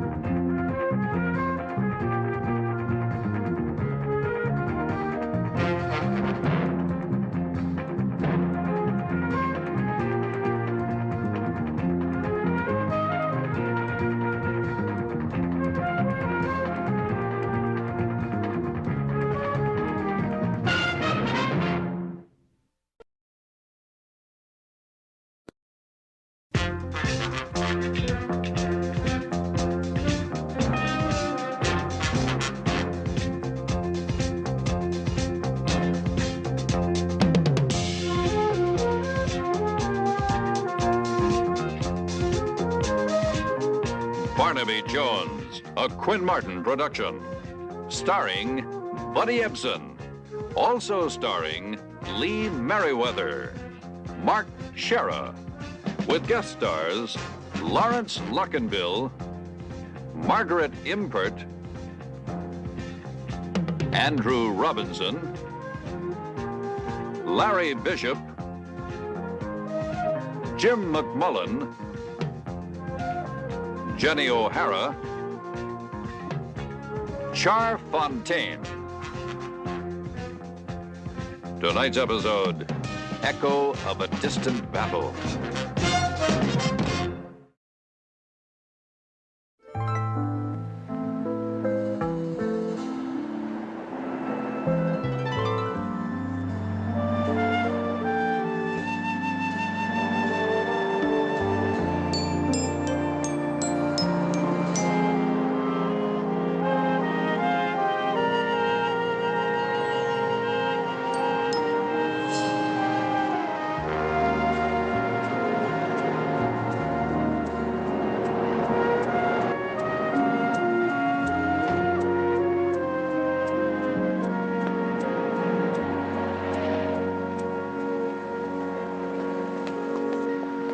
Barnaby, he lives in this apartment building, apartment 213.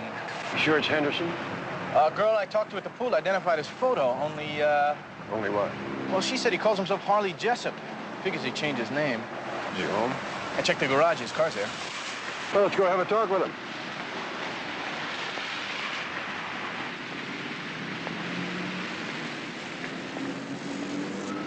I'm telling you, someone's looking for me. How do you know? Someone's been around this place asking questions about me. Who? I don't know for sure, but I think we both have a pretty good idea. All right, I'll see what I can find out. In the meantime, you just play it cool. That's easy for you to say. I'm the one they're looking for. We're in this together, remember? Yeah, just so you remember, too. I'll be in touch.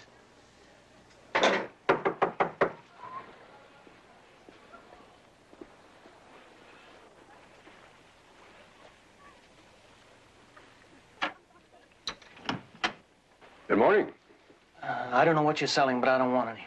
I don't make my living that way. I am a private investigator. Barnaby Jones. This is my associate, Jedediah Jones. We'd like to talk to you. About what? A man named Colby Warner. Warner? Never heard of him. He was a captain in Vietnam. According to the Army, he and a corporal named Lee Henderson escaped from a military stockade in Saigon together. Neither man has been heard of since. So what do you want from me? I told you I don't know him. I think you do. As a matter of fact, we think that you're the corporal that escaped with him, Lee Henderson. And I think you're crazy. My name is Jessup, Harley Jessup, and I've never been in Vietnam or the Army. Take a walk. Then this isn't a photo of you?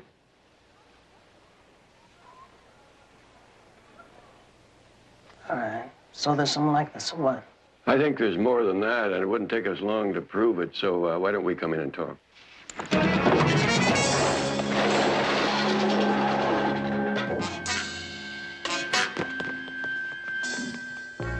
I'll try to cut him off.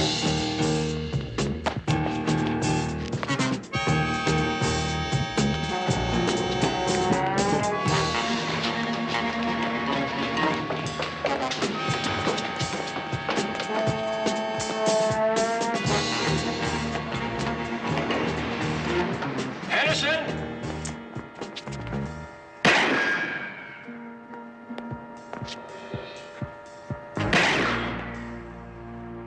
Henderson, I'm armed. I just want to talk to you about Captain Warner. Henderson, stop!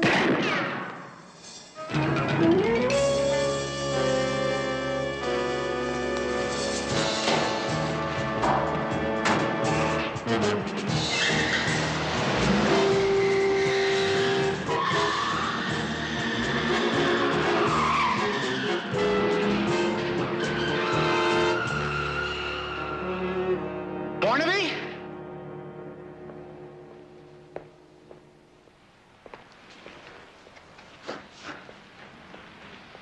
Who is he?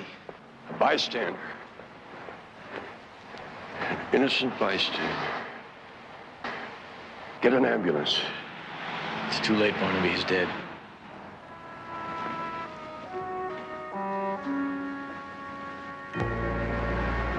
Oh, my God.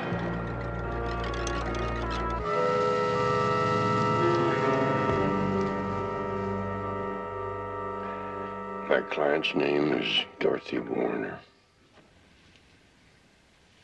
You'll have to speak up, Mr. Jones. Warner. Dorothy Warner. Her husband, Captain Colby Warner, is listed as missing in action. And she hired you to find him? Will you give him a chance to finish, please? Mrs. Warner won't believe that her husband is dead until she has some proof. She and her father-in-law have made 2 trips to Vietnam, and on the last one, they got some new information from the Red Cross. What kind of information? The arm... Maybe I better have some water, John. The Army released a report that Captain Warner's name appeared on a list of deserters rounded up in Saigon, and that later he escaped with a Corporal Lee Henderson. Now, Mrs. Warner found out that Henderson was living in Los Angeles, and she came up here to look for him. When she couldn't find him herself, she hired Barnaby. And you found this Corporal Henderson? He had been living here under the name of Harley Jessup. So, we went to talk to him, and Lieutenant Biddle was arrested. The DA's office would like to hear it in your own words, Mr. Jones. After we showed him a picture of himself taken in Vietnam, he tried to run away, and I caught up with him in the subterranean garage. I called out to him that all that I wanted to do was to ask him about Captain Warner. And suddenly he started firing at me, and finally I had to use my own gun. But it was in self-defense. Were you an actual witness to the shooting? No. Go on, Mr. Jones. I fired a warning shot, which apparently ricocheted off some overhead pipes, and it... I believe his name was William Kelly. Yeah. William Kelly. Who, must have walked into the garage just as I fired. That's it? What more do you want, Coburn? You got your statement. That'll be all, thank you.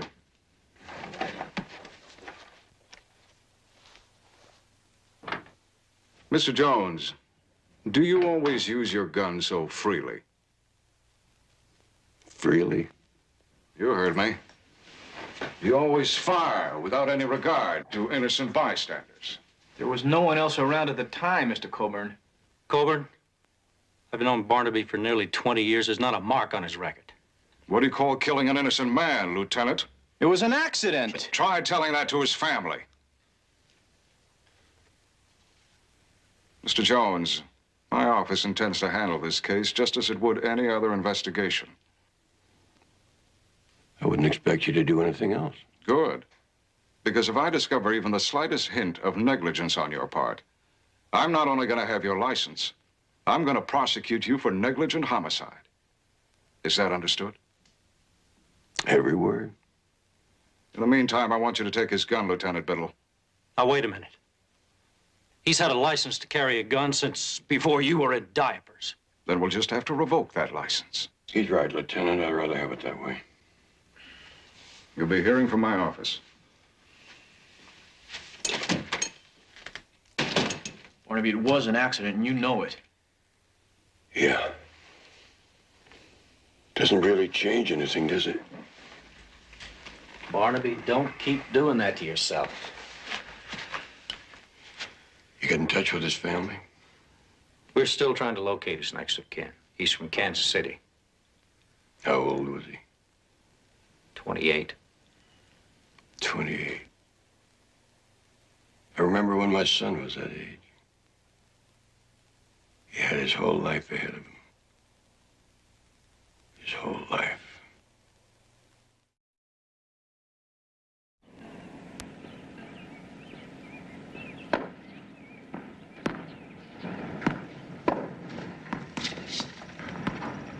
Match point, Tiger.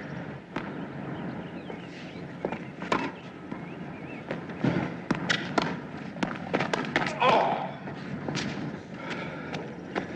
Good game, Tiger. Not good enough. Well, it could have gone either way. Oh, thanks. That's what I need, a stiff dose of charity. Come and get it. Don't you think that's enough in this heat? It is for me. Who what? Who do you think? Does he ever lose at anything, Adrian?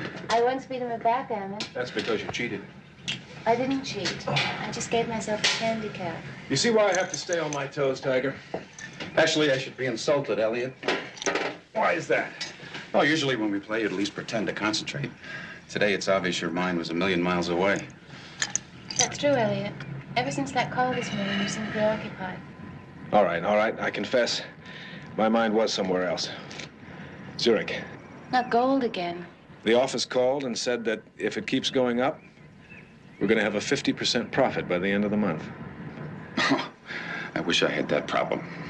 I gave you a chance to come in with me. You don't have to rub it in. You know, the trouble with old money, Elliot, it always feels more at home tucked away in old investment houses. Dark, dreary, and very safe. But you never have to worry about that. That's right, Tiger. All my money dates back to me myself. Elliot, isn't that friend of yours, Harley? He's not a friend of mine. He's just a very good mechanic. I asked him to check out a sports car I'm thinking of buying. Darling, do me a favor. Take Neil inside and make him a real drink. This won't take a minute. He came out of nowhere riding a white horse. No one knew where he was from, only where he was going.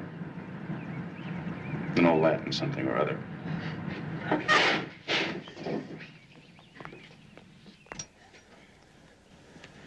Well, why didn't you wear your tennis gear? We could have played a few sets. There's been some problem. I know. I heard the news.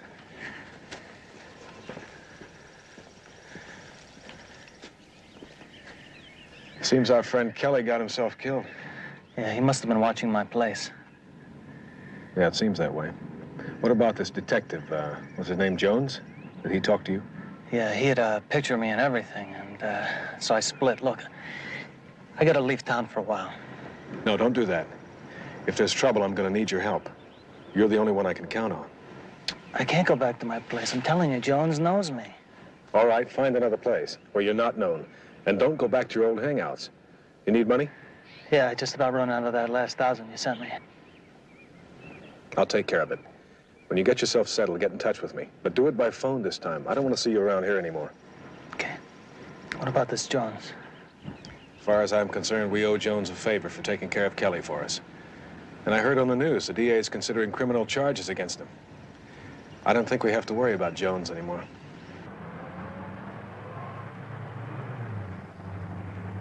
You're dropping the case? I'm sorry, Mrs. Warner, but the one lead we had, I let get away, and then I wound up killing an innocent man. I understand how you feel, Mr. Jones. This may sound selfish of me. After all these years, I finally felt that I was close to finding out what happened to my husband. What am I going to do now? There are a lot of other private investigators, very excellent ones. I'm sure there are.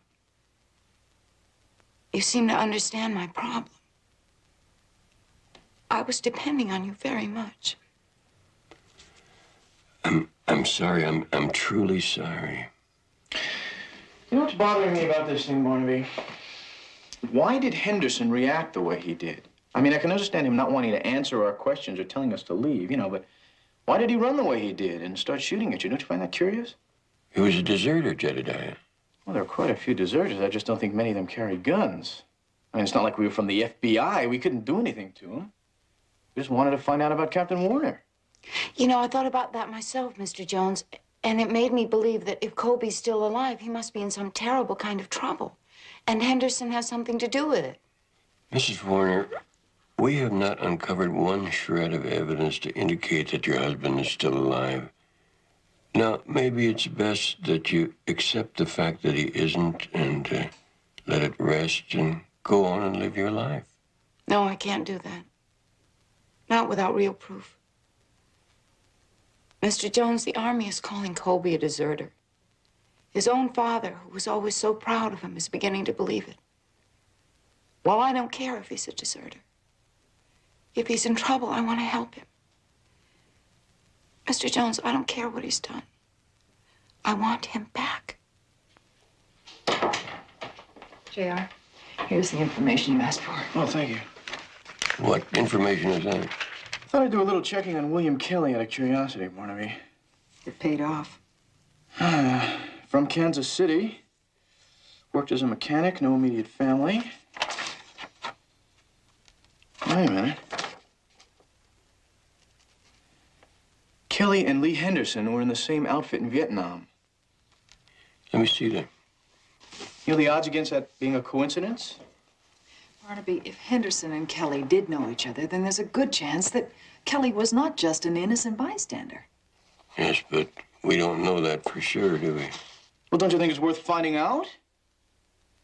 Barnaby, what are you going to do? Just give up? You're going to spend the rest of your life drowning in guilt and feeling sorry for yourself? He's right. At least find out if there's a connection between the two men. Please, Mr. Jones. All right, I'll see what I can find out.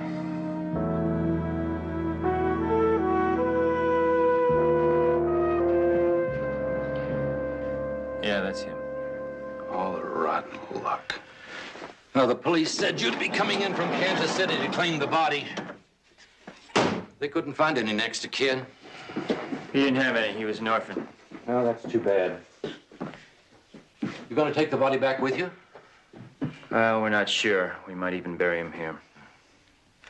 Well, you'll have to sign this form. It just said that you'll be responsible for all the expenses. The man who shot him. Barnaby Jones? You know him? Only by reputation. He's been in business a long time. How many other guys has he sent here? Listen, son, I don't know what you're thinking, but Jones is a good man. This was an accident. A tragic one, but an accident. That may be true, but I'd say my friend got the short end of the stick. Wouldn't you? We'll make arrangements for the body. Thank you. What are we going to do now?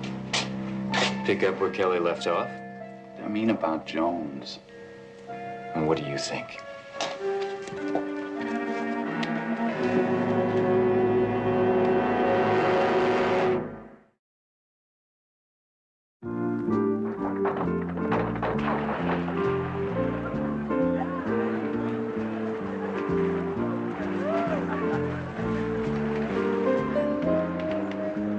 Morning. Hey, I remember you. You were the guy who was asking for Harley yesterday. Good memory. Can I sit down? Oh, be my guest. Can I ask you something? Sure. What's it like being a private detective? I mean, is it really exciting? Well, it has its moments, I suppose.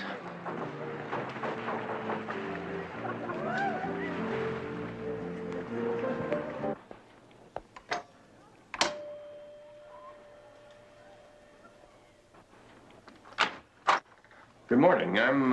I know who you are. I saw you talking to the police yesterday, remember? What do you want?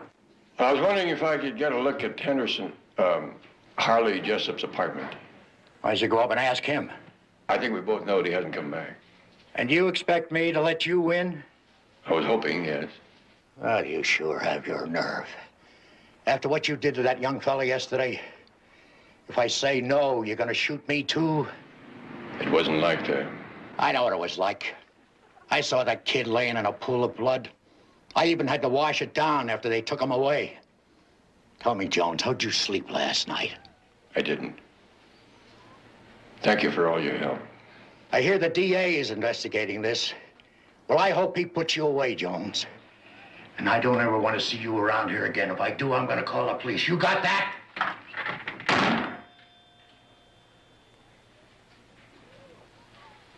Well, thank you for the information. The name's Della, 323. My apartment number. Listen, maybe sometime we can get together and you can tell me about all your adventures. That sounds like a nice way to spend an evening. I'll see you. Okay, bye-bye.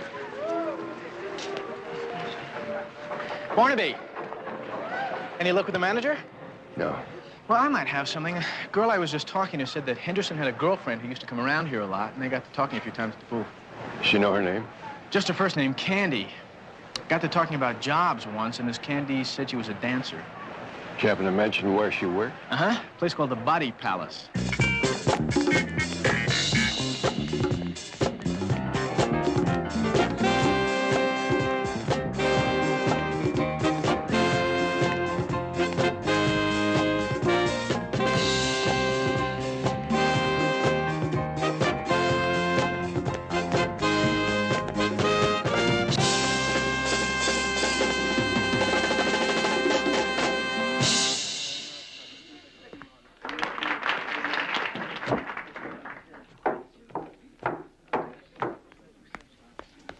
Hey.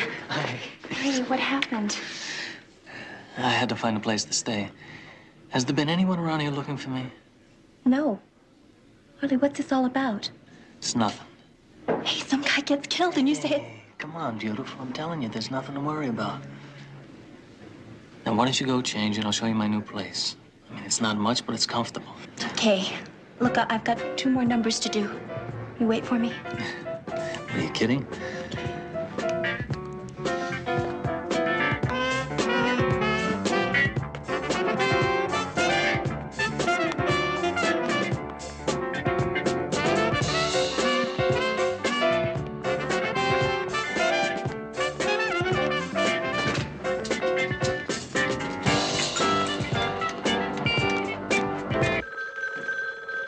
Got it.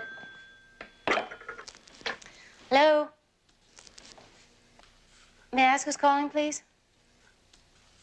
1 second. Elliot. It's that Harley. Shall I tell him that you're busy? No, I'll take it. Probably just something about the car. Oop. Hello? I thought I told you to call me only at the office. I tried, but your secretary said you wouldn't be in today. All right. What is it? I found the place. You better take down the number.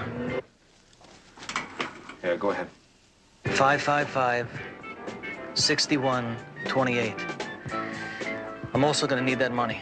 You'll get it. I've got some news for you, too. Curtis and Parker are in town. They're here? How do you know? Called Curtis's wife in Kansas City, said I was an old friend. You just keep your eyes open. Elliot, I don't like what's happening. First Kelly, now the others. What if they find me? You just make sure they don't. Remember Nam, Corporal? We kept our eyes open, we were very careful, and we came through without a scratch. Works the same way back here. I hope you're right. I can't afford to be wrong. I'll be in touch.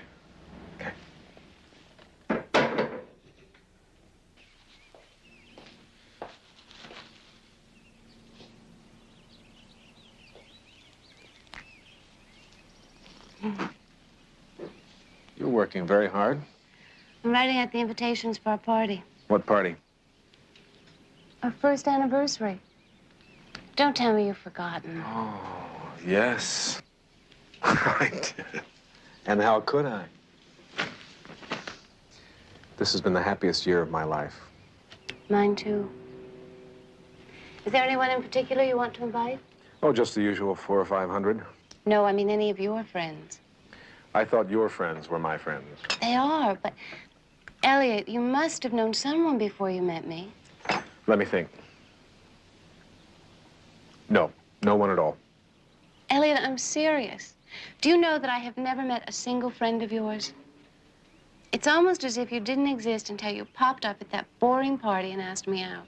Do you know what they call you at the club? I can imagine. The Great Gatsby. No, that's the truth. The man of mystery. No past, only a present. Do they also say that I made it on my own, without any help from your family? They do give you some credit for that. Good. What else do they say? That you probably did something unspeakable in your past. No question about it. And that you don't make your money trading gold, but in organized crime. I confess, I am public enemy number one. And And what? it'll all come crashing down one day. I'll wake up, and you'll be gone. Do you believe that? No. But I'd feel better knowing a little more about you. All right, I'll make a deal with you. Some night when you can't sleep, I'll tell you the story of my life. I guarantee it. You'll doze off before you know it. Elliot, be serious. I am. Honey, if I don't talk about my past, maybe it's because I'm not that proud of it. As far as I'm concerned, my life began the day I met you. You're the only thing in this world that I care about. Do you buy that? I'd be crazy not to.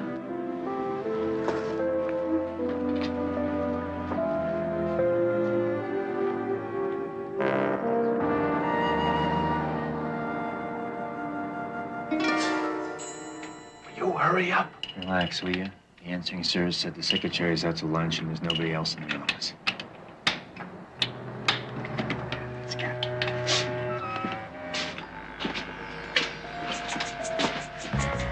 Hey, check those files. I'm gonna see what's in here.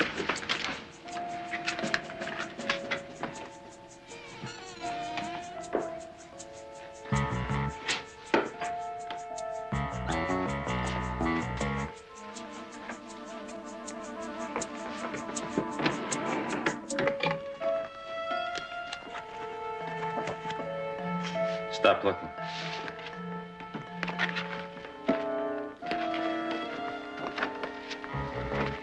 Is that it? Our old friend, Corporal Henderson's file. Barbie, you back already?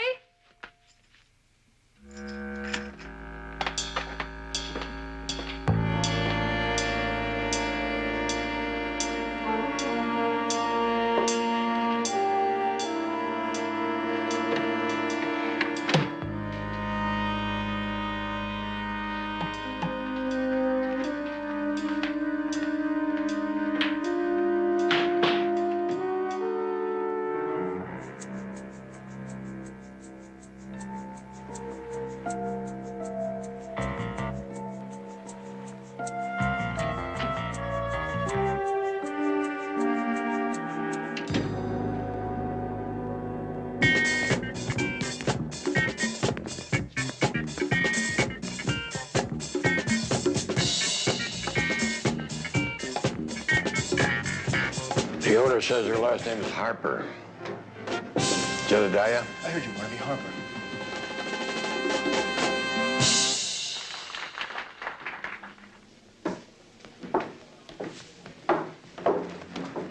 Miss Harper, my name is Barnaby Jones. This is Jedediah Jones. Good for you fellas. I understand that you go with Harley Jessup. Jessup?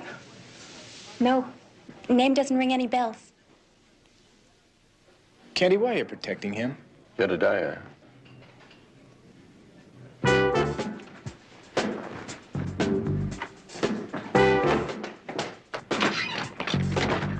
There he is.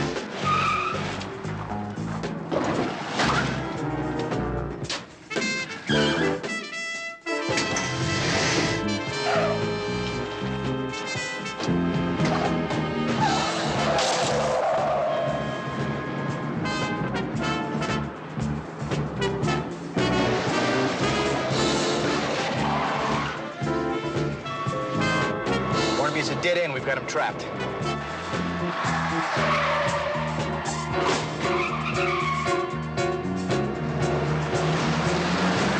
Look out, Jedediah. Stay down!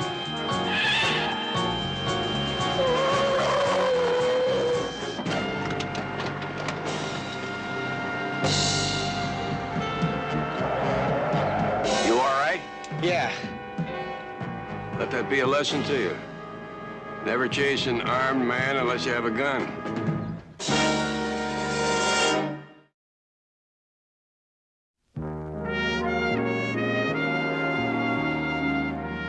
me understand you, Mr. Warner. You're saying you want me to stop looking for your son? That's right, Mr. Jones. Why? How many disappointments can we take? I was so proud of my son. I remember when he told us he wanted to make the military a career. His mother was against it. She was afraid of what might happen to him. But that day he became an officer was one of the proudest days of our lives. I'm sure it was, Mr. Warner. I didn't want to lose him, but if it had to be, well, then at least I'd be left with the memory of a brave man, not of a deserter. Dad, if he did desert, there's a chance he's still alive. And hiding from his own family, from you? We don't have all the circumstances of the case, and it's possible we never will. And maybe that's for the best. To tell you the truth, Mr. Jones, I'm just afraid of finding out anything else. Well, I'm not. If all this leads to finding Colby, I don't care what else we discover. Mr. Jones, I hired you, and I want you to stay on the case. That's good enough for me. Barnaby, I went back to the Body Palace, and the bartender told me that Candy left with Henderson. He must have picked her up after we lost him. Were you able to get her address? Yeah, but she's not there. But I'll stay on it. Betty, I'm going with Dorothy to talk to a Major Scott. He served with Captain Warner in Vietnam, and he may know something. We'll need the Henderson file in case the Major wants to take a look at it. Mr. Warner, would you like us to drop you off at your hotel? If it's not out of your way. No, not at all. Barnaby, the Henderson file, it isn't here. You sure you put it back? I'm positive I... Oh, wait a minute. When I came back from lunch this afternoon, the door was open, and so was the file drawer. I almost had the feeling someone had been here. It's very interesting. You think Henderson could have gotten somebody to steal it for him? That's possible. Or else we're not the only ones interested in him.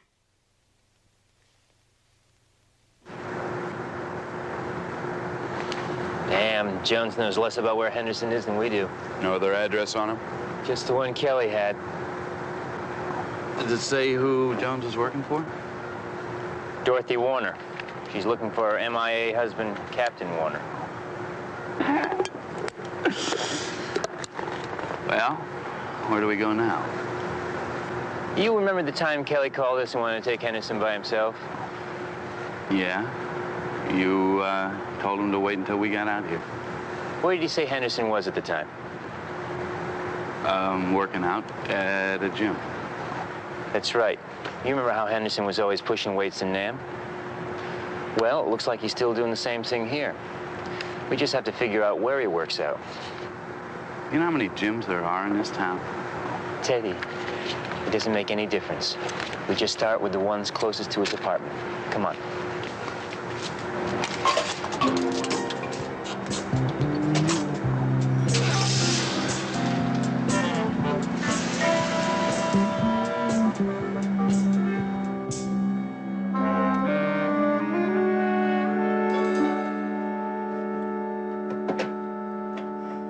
If that's room service, order me some champagne. The French kind.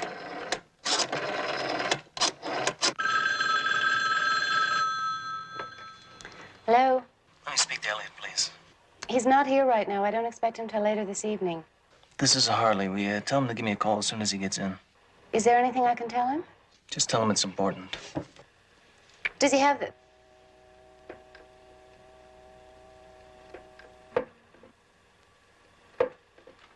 How long are we just gonna sit around here? Well, maybe I'll go work off some steam. Well, that's great. What am I supposed to do? Just sit around and watch the paint peel off the walls? Well, you could find a market. We don't have anything to eat. You don't have any plates or silverware either. You sure have a weird idea of comfortable. I think I'm going back to my place. Can't go anywhere near that place. Don't you think Jones has your address by now? Harley, you're hurting me. Sorry.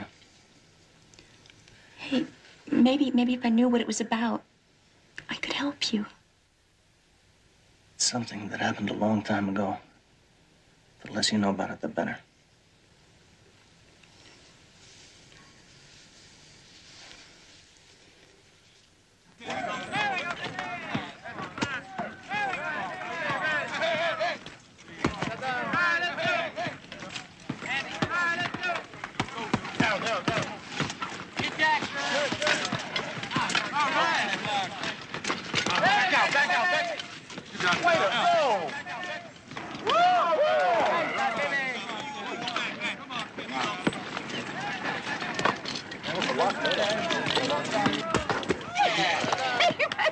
Take over, Mac.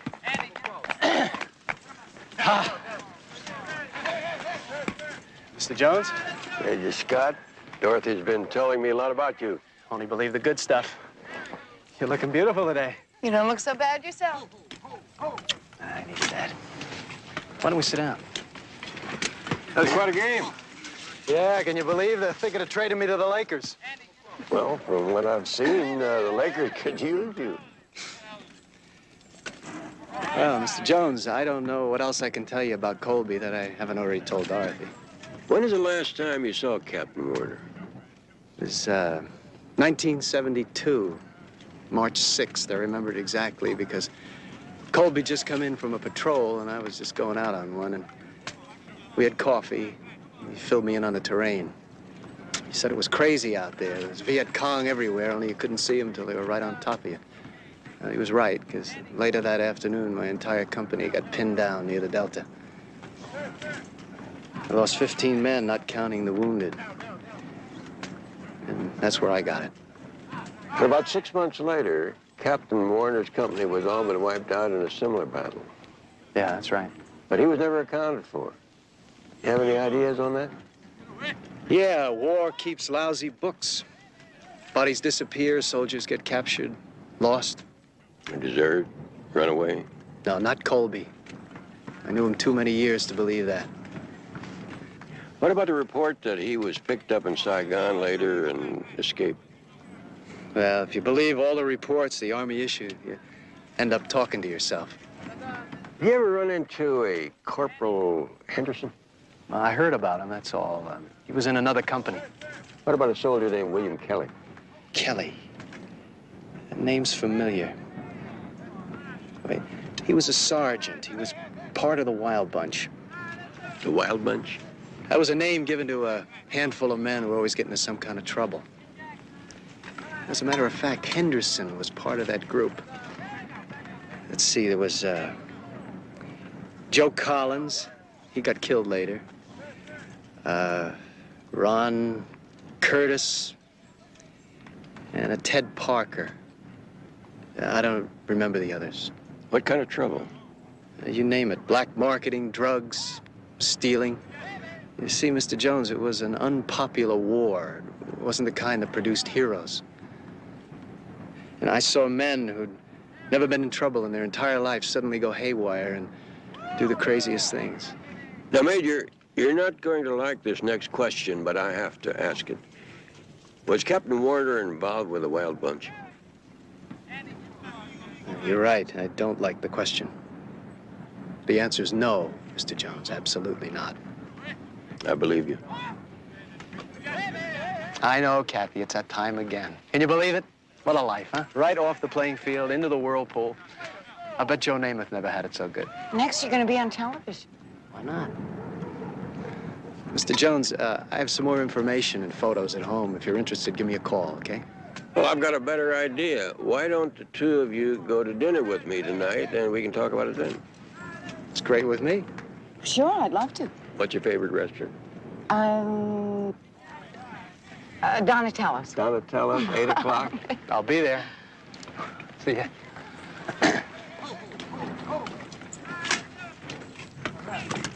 Quite a guy. I don't know what I would have done without him.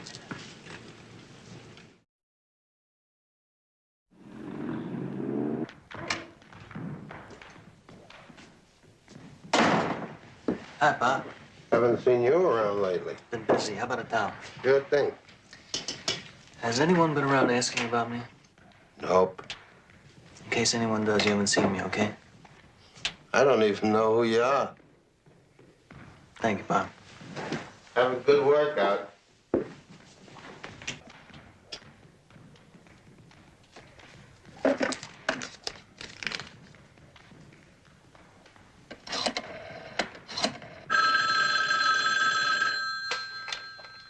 Barnaby Jones Investigations, may I help you?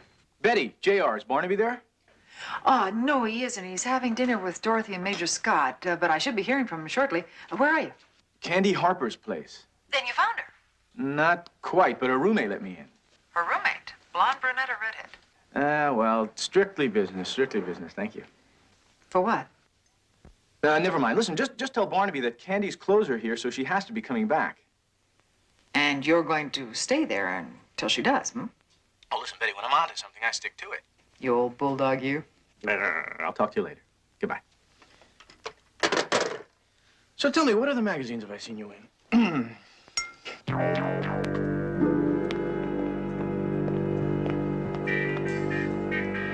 You're looking real good, Corporal.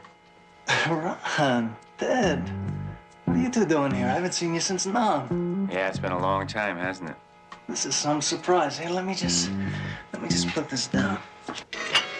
That's what I always liked about you, Lee. You made things happen. Come on.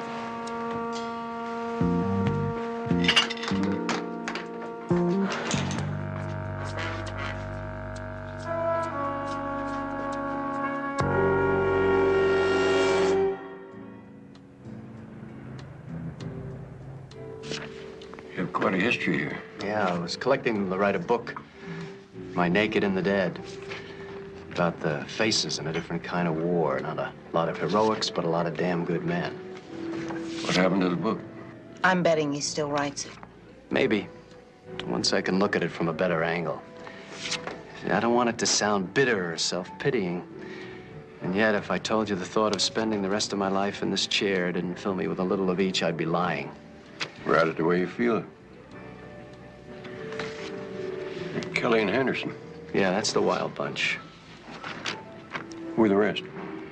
Well, there's Ron Curtis, Ted Parker, and that's Joe Collins. Colin. That's the one you said got killed. Yes. Who's this in the background? You know, I can't make that guy out. Seems to be wearing officer's bars. Yeah, but not everyone was a member of the wild bunch. Could I keep this a little while? I'll see you to get it back. Sure, if it'll help, of course. Thank you. How about some dessert? Yes. What do you have? Zablioni. Me too. You, wouldn't have a hot fudge sundae, would you? Not here. I'm telling you, I haven't seen the lieutenant since Nam. He ran out on me, too. He double-crossed all of us. Is that why you changed your name? Look, Ronnie, I got into some trouble a while back. I didn't want anyone to find me. Especially us, right? That's not true. I didn't know Kelly was looking for me when he got killed. You're a liar. You were always the lieutenant's dog. Whoever he was, you were right at his feet, ready to do his dirty work. You know something, Lee? I think it's the same way now. You're gonna tell us where he is.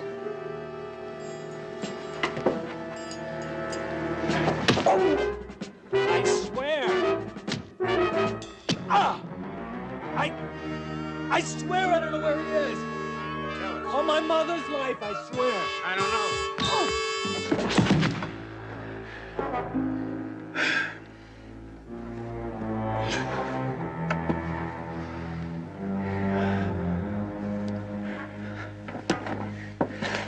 Okay, Anderson, where is he? All right.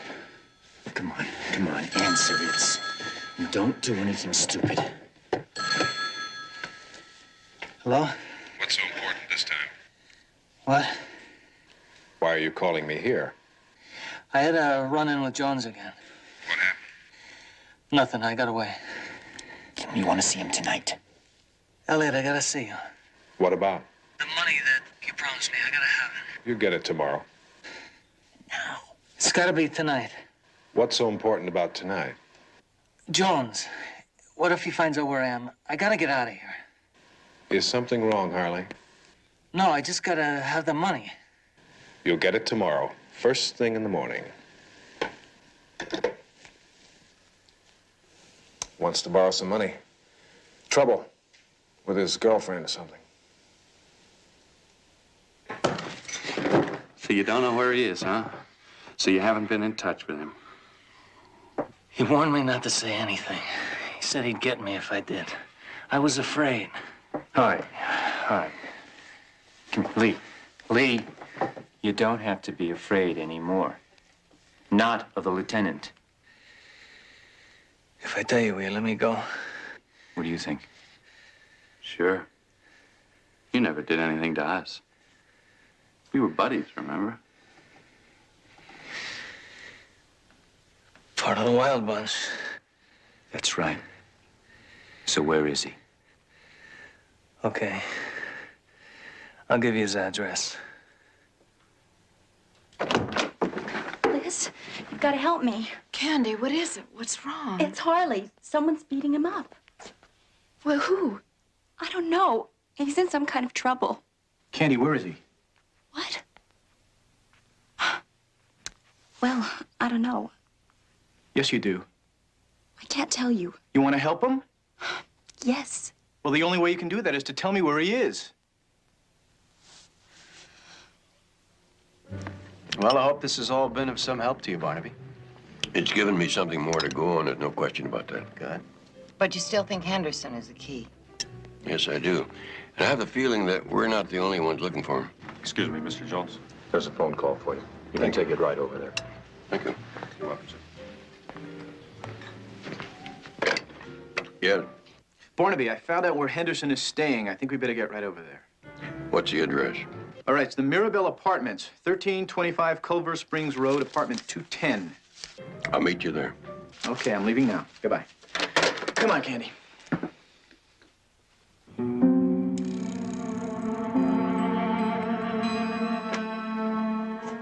Barnaby, it's too late. What?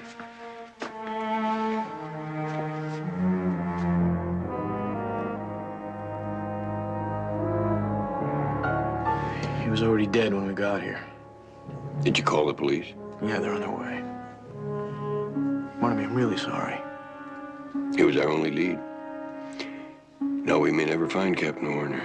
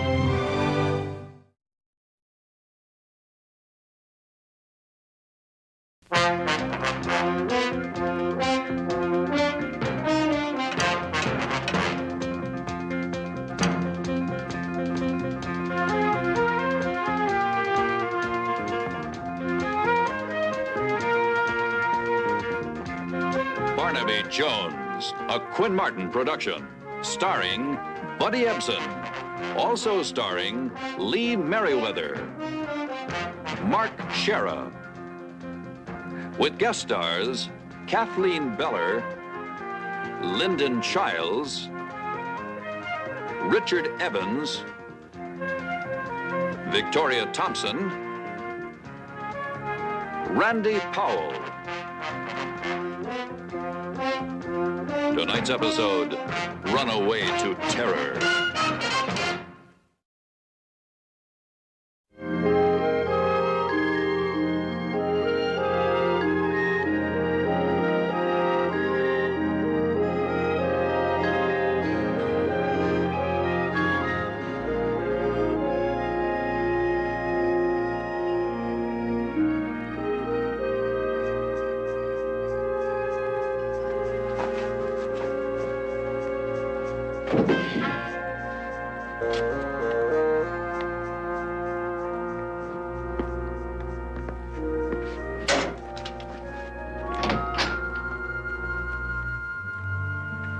Julie. I didn't know you were still up. I was just getting a book to read. Well, certainly have a lot to choose from. Look, Julie, I'm sorry about what I said about your shaping up and setting a better example for your sister. Well, you know how I am when I lose my temper. I tend to say things I don't mean. Yeah, I know. Not that you didn't say a few unkind things yourself. There's one thing you got from your mother. It's her temper. Anyway, I'm glad I got a chance to apologize. It's no good going to bed on top of an argument. Good night, Princess. Get a good night's sleep. I'll see you in the morning.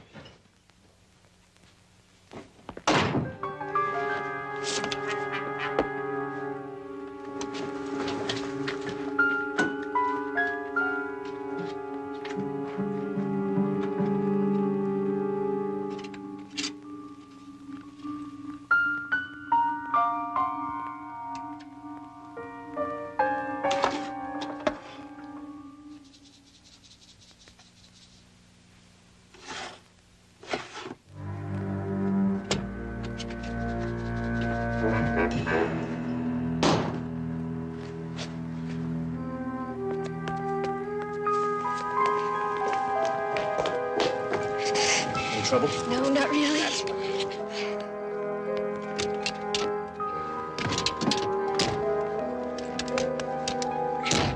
Steve? I got them. Hey, look at that. Now, Julie, I told you, you didn't have to. Look, I wanted to. My father owes me something, doesn't he? Okay. Just remember, babe, it's you I want. Oh, you've got me. Forever and ever. Better get out of here before your old man finds you gone.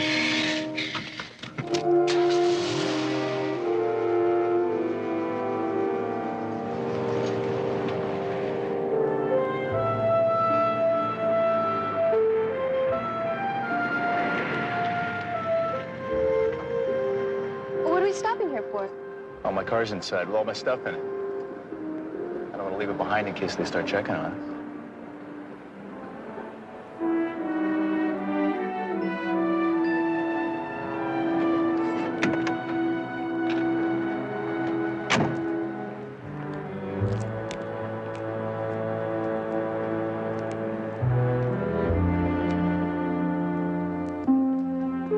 You're a hard man to find, Steve. But like I told Mr. Whalen, you want him, I'll find him. That's what I'm real good at. Look, I wasn't trying to run out on you. That's the truth. You go tell Mr. Whalen. I don't tell Mr. Whalen nothing. He tells me. And he tells me I better come back with those 12 G's you owe him. Or not come back at all. Marty, all I need is a little more time.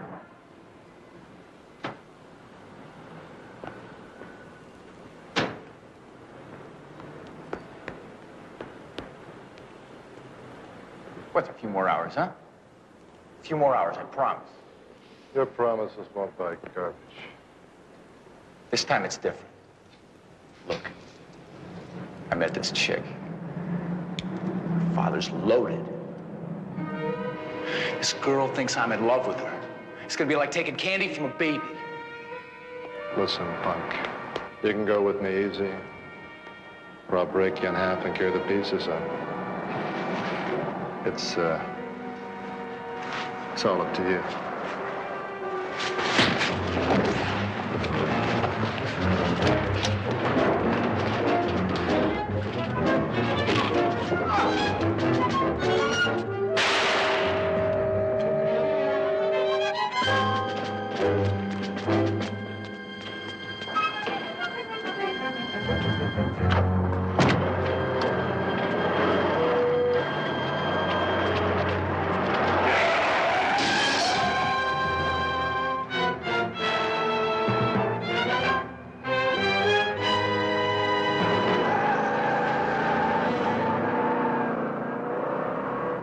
What a lovely young lady. Yes. Fortunately, both my daughters got their mother's looks. She died just over a year ago. Oh, I'm sorry to hear that. You say that Julie has run away before. Just after my wife's death. She and her mother are always very close, so I'm sure that had a lot to do with it. Plus my efforts at trying to raise a headstrong young teenager. How did you handle it that time? Dad called the cops. They found her eventually and brought her home, of course. I tried talking to her about it, but ended up in an argument. She said I didn't understand her because I was away so much. Is that true? Yes, I'm afraid so. My business takes me all over the world. That's just the way it is. Why didn't you call the police this time? Well, Julie turned 18 a few months ago. She's no longer a child. I must say I'm more worried about her this time than I've ever been before. On account of the jewelry? Well, she found out where I kept the combination to the safe. Now, I don't give a damn about the jewelry. It belonged to her mother. I was going to give it to her anyway when she turned 21, but the fact that she took it, it's not like her to steal. How much jewelry was there? I think the insurance value is about $60,000. Yeah, there's quite a bit for a young lady to be carrying with her. Well, I'm afraid somebody else might think so, too. Do you have any close friends that you might have gone to? Mr. Jones, I would be the last one to know about Julie's friends. How about you, Melinda? Well, Julie doesn't have a lot of friends, except for me, but I'm her sister. Hey, wait. There was this one girl. Julie had her over a couple of times to swim. She seemed to like her a lot. You recall her name? Gloria. Gloria Hanley. She works at that health club Julie started going to when she went on that diet. What's the name of the club? Jupiter. It's that big one on Wilshire.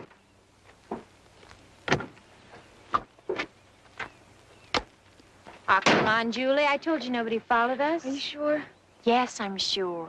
You're not going to tell anybody where I am, are you? Not even if they torture me. Welcome to the Garden of Elysium. I'm Brother Love, and this is my assistant, Sister Felicity. I'm the person... No, please, don't tell me. You're the young lady who called about a friend. And you're that friend, desiring a place of peace and tranquility. How did you know which one of us? The mind is nothing more than a transmitter of emotion, sending out vibrations of love, hate, anger, joy. Over the years, I've trained myself to receive these vibrations, interpret them, change those that need changing, and then return them to the sender, thus giving birth to a more positive and happy life force. And, my vibrations? Sadness, much confusion, a bundle of nerves ready to explode. Now, don't worry. You've come to the right place. The very name Elysium means the ideal state of happiness. Brother Love, I only heard about your retreat from a friend of a friend, but I understand there is some kind of charge. Yes, I'm afraid even pure air costs money these days, but I assure you it's nothing more than the heart force is willing to give. Sister? You said on the phone you'd be needing a ride back to town? Yes. Brother Free, Yes. would you mind giving this young lady a ride back to L.A.? Not at all. Well, take care of yourself, Julie, and if you need anything, call me. Thank you so much. Sister Felicity, if you'll be good enough to show Julie to the House of Hope, I'll take these bags. I'll take this one, thank you. Of course. Sister dear, perhaps we'd better give our new guest something to help her relax. Well, no drugs. I'm not into that. Julie, we have no drugs here, no drugs at all. Only nature's medicine. You mustn't worry.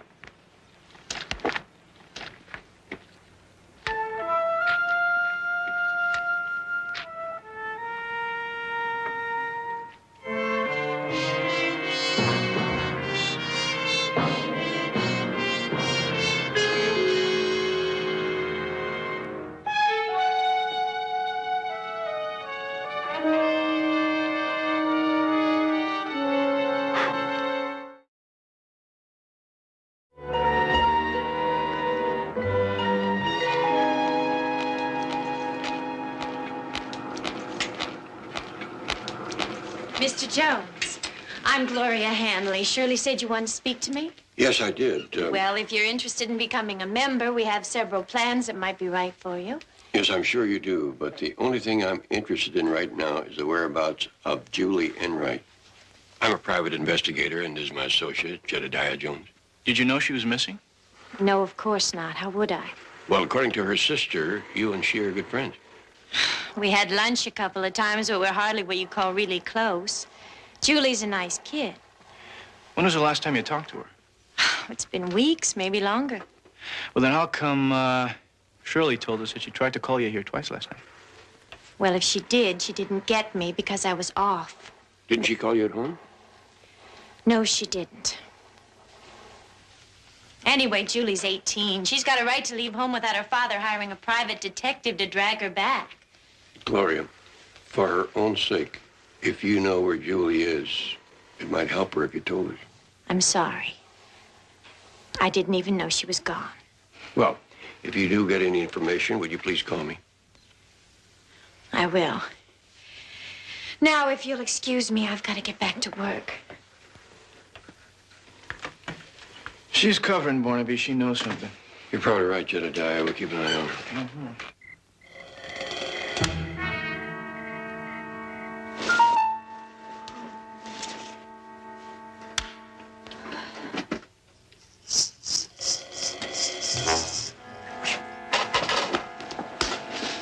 What if she wakes up? Not a chance. I gave her enough to keep her out all night. There's nothing in here but some clothes. Well, this was the bag that she was so concerned about. Well, now I see why. Lovely. Do you think these have something to do with that blood on the fender? Oh, no, it's possible. Maybe they even belong to her. Are you kidding? They must be worth a fortune. So's Julie. According to her ID, in case of emergency, notify her father, Douglas Enright. Is he somebody? Just a man worth millions. No. No. I didn't mean to kill him. Oh, no, I didn't mean to. Sister dear, get the tape recorder. Bring it here. I believe we found ourselves the goose that lays the golden egg.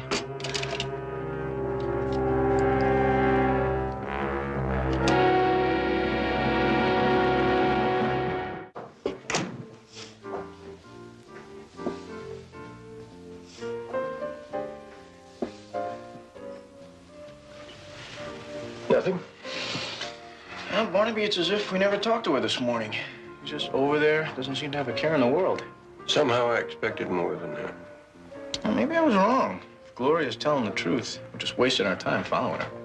Jedediah, sometimes in this business, you have to stick with your first instincts. Besides, Betty has struck out on all those names in Julie's address book. What about the pawn shops? I checked. Consensus is that she's going to have a tough time hawking that much jewelry. Well, looks like Gloria's still our link, huh? Yeah, sure does. She's leaving. Maybe you better go see where to.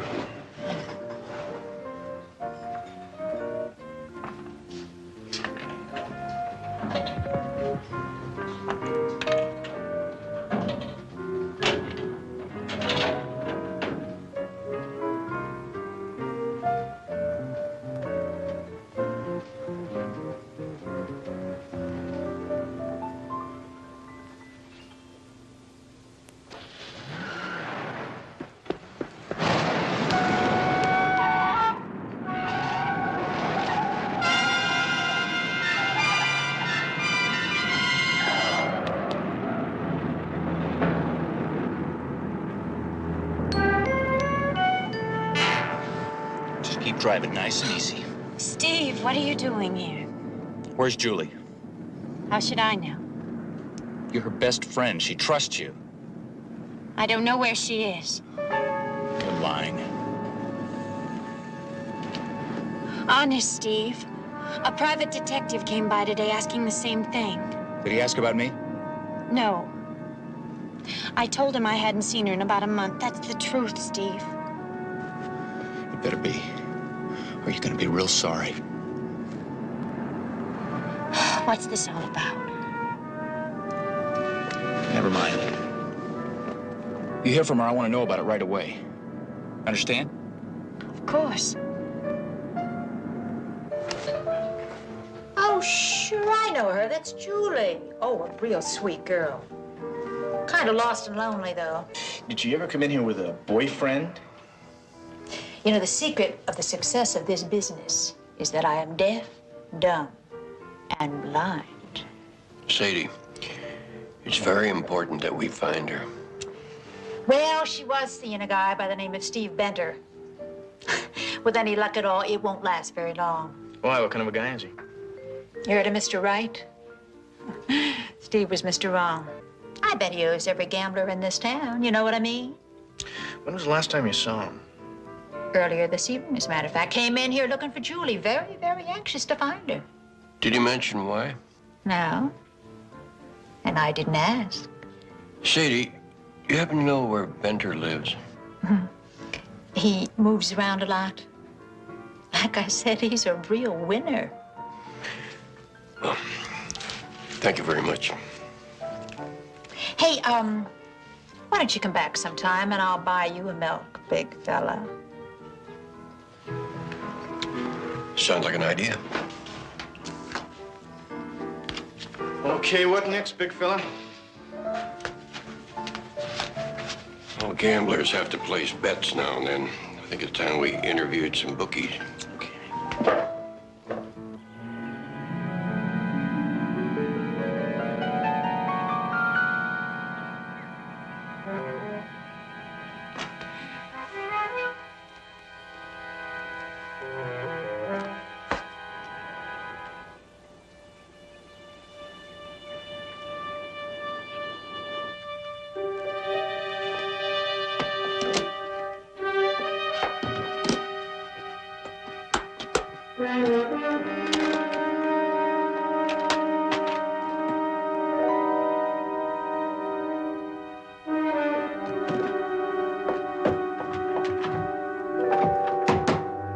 You unlock the door? Do you hear me?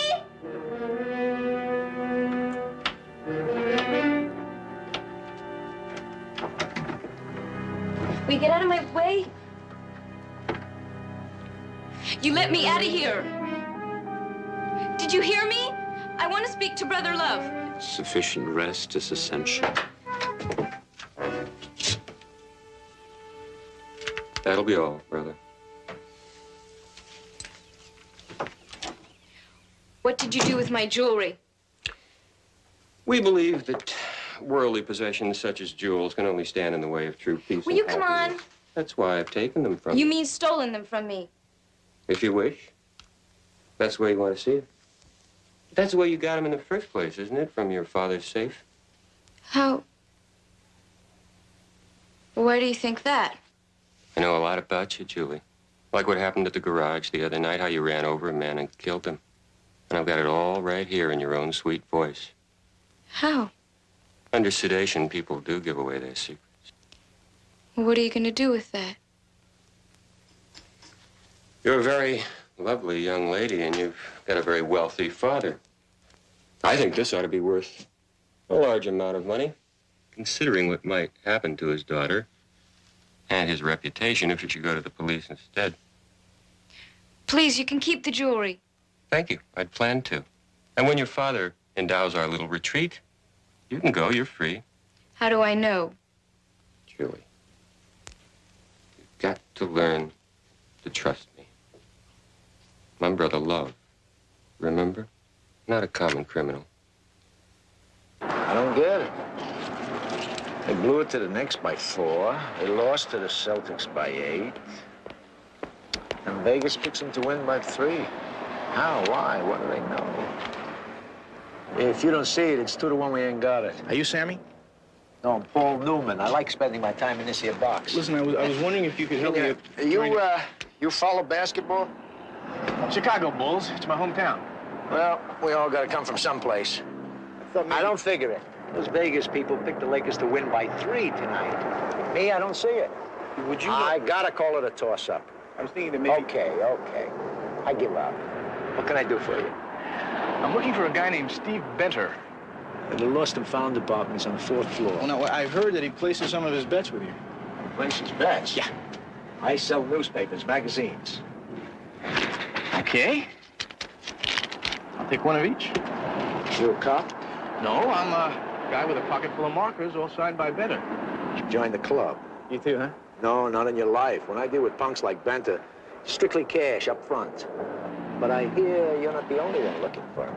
Word is there's some real heavyweights on his tail. You have any idea where I can find him?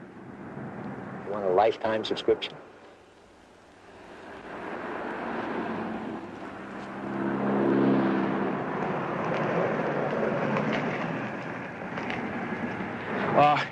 Wait right here. I'll be right back. Sure hope you got lucky because I didn't. Barnaby, I almost have it. Give me another 20. 20? I just gave you 50. Yeah, but you wouldn't believe the price of magazines these days. I hope you don't run into a bookie who sells real estate.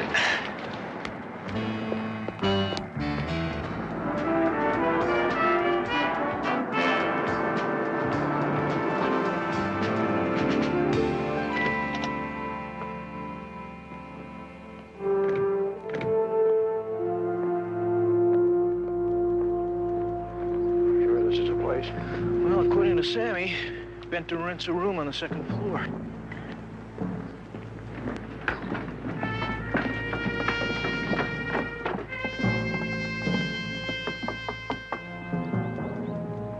Doesn't look like there's anybody home, Barnaby.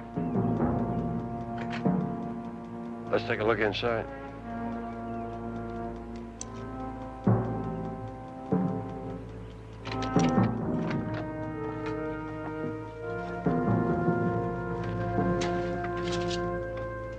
All right, how about if I start in here, boss? Okay.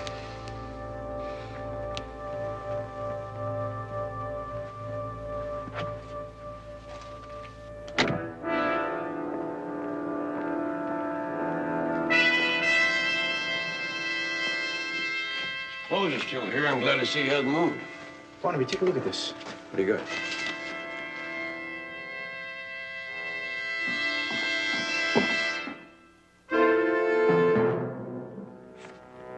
Get down!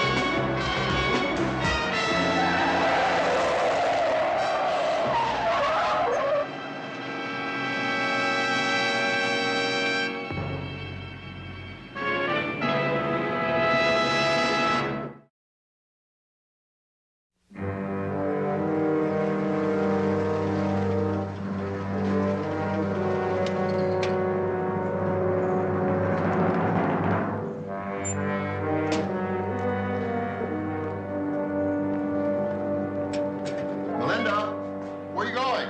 I'm going to get the mail. I'll be right back.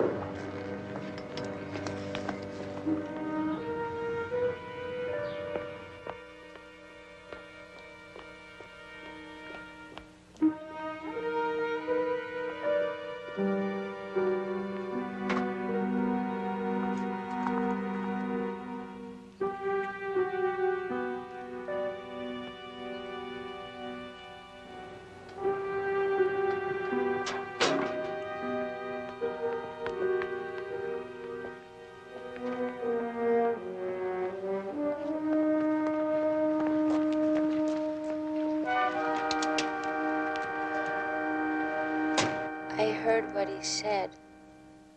Taking candy from a baby.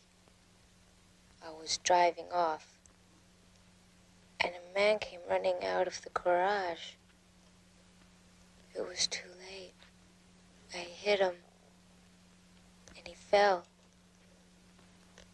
I killed him. I killed him. I drove off. Just drove off. That's it. She sounds like she's in a fog. Maybe she was drugged or something. Not her normal speaking voice. When did this arrive, Melinda? What's in the mailbox when I went to get the mail this morning? And then the call came in about a half an hour after that. It was a man's voice, very distant, very calm. It was strange. How much did he say he wanted? $200,000, ready by noon tomorrow. I asked him about Julie. All he would say is that she was all right and that he would be in touch with me later. On the tape, Julie mentioned something about a garage. Any idea where that might be? No. Well, we'll check and see if there have been any reports of hit-and-run accidents. Barnaby, maybe we should let Lieutenant Biddle know about this. The police? Sooner or later, we're gonna have to let them in on the fact that Julie may have been involved in a car accident. That kind of information you can't withhold forever. But we don't even know if that's true. If she was drugged, that might be a lie. Seems to me the most important thing right now is to find out where she is and get to her. Can you raise the money? Yes, without any trouble. If you'll take my advice, Mr. Enright, you'll stall as long as possible and insist on talking to Julie.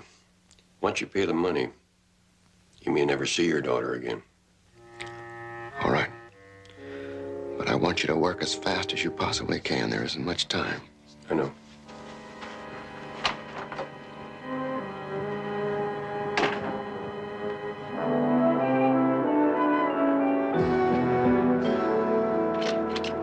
Here we are. Marty Coleman. This is as close as I can come to a hit and run on the night you're talking about. It's a rap sheet. There's a coroner's report. Enforcer for the bookies. Last we heard, he was collecting on bad markers for Sid Whalen, one of the bigger gamblers in town. Yeah, we're looking for a guy who was hit by a car, not by a cannon. This joker was blown away by a .38 caliber slug. He was also hit by a car. A little further down where it lists abrasions on the body. Fractures on the lower torso due to impact from heavy object as if hit by a car. That's it. There's also skid marks found near the body. Which means he could have been hit by the car after he was shot. That's right, because according to this, somebody reported hearing shots inside the garage, but the car hit him outside. Barnaby, this client you're working for, is he connected with this? Could be. Care to give me a name?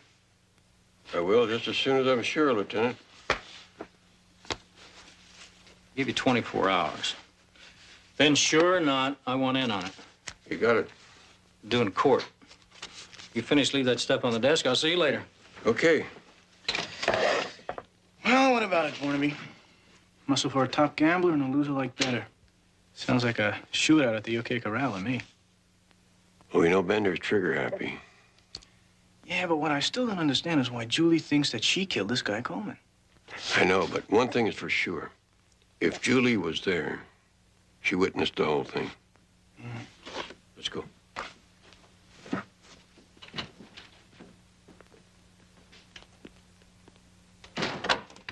I told you, Mr. Jones, I don't know where Julie is. I think you do. Well, you're wrong. Now, if you'll excuse me. Gloria, this is no longer a case of a young lady running away from home. Julie thinks that she killed someone. That's the reason she's hiding out. What do you mean? Look, we don't have all the facts yet, but the night that Julie ran away, she might have hit somebody with her car. A guy named Marty Coleman, who's a collector for a local gambler, only she didn't kill him. He'd already been shot. By who? We have a good hunch it was Steve Benter, Julie's boyfriend. Steve? Yes, that's right. Have you seen him? Yes. He's looking for Julie, too. Well, if he finds her before we do, she may be in serious trouble. Look, Gloria, if you're any kind of a friend of Julie's, you're gonna stop covering for her and tell us where she is. All right. I drove her to a retreat outside of Elm Ridge. The Garden of Elysium. She's in the House of Hope.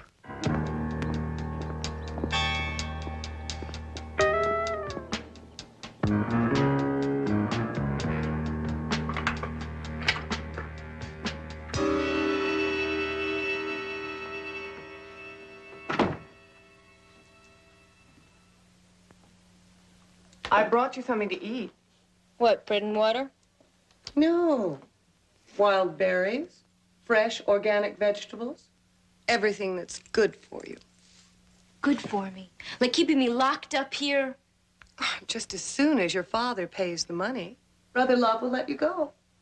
Until then, We'll try to make you as comfortable as possible. Look, even a flower to decorate your table. It's very pretty. Flowers have a way of changing bad vibrations into good ones. No harm done.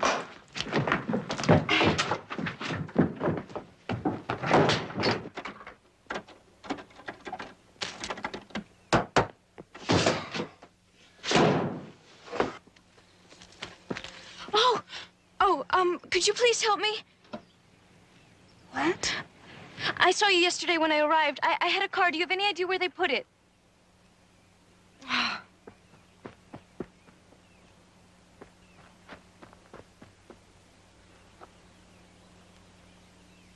Just be sure you got it straight now. I don't want any kind of mix-up. You'll be waiting in the ravine to pick up the money. What about the girl? Girl? We may have to arrange an eternal peace for the girl. Maybe you better look in on her. Sister Felicity's been gone a long time. All right.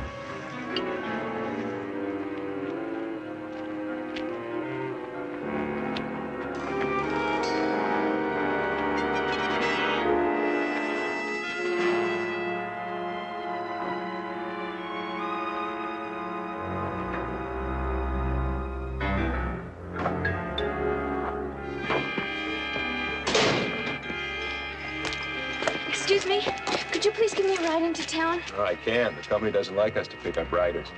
Well, I won't tell if you don't. I mean, I've had it up to here with all this peace and quiet, and I thought maybe if I could get into town and have a little fun, get it on, you know what I mean? Yeah, but... Oh, come on, friend. I bet you know where I could get a little action. Well, I get off in a few hours. Well, then what are we waiting for? Hop in.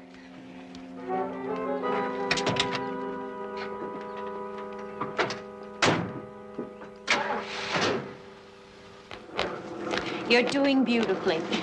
Just keep at it. That's all it takes. Excuse me a minute, please.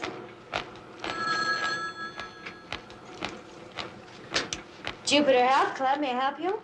Gloria, this is Julie. Julie, where are you? I ran away. That place was horrible. They were keeping me prisoner. Hey, what? Well, where are you now? I'm in Elmridge, but I don't have my car or anything. I really need help. Can you come and pick me up? Oh, sure. Just a few minutes. There's a park on Laurel and Spring, Grant Park. I'll wait here for you. Grant Park in Elmridge. Okay, I'll see you in about an hour or so. Bye.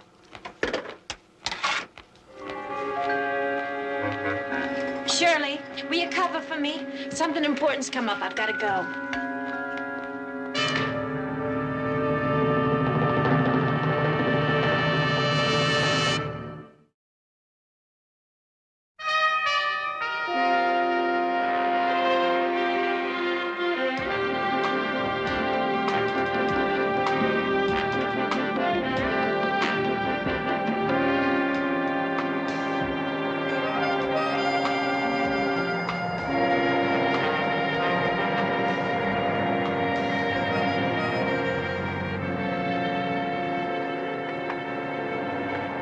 Barnaby, there's one right over there.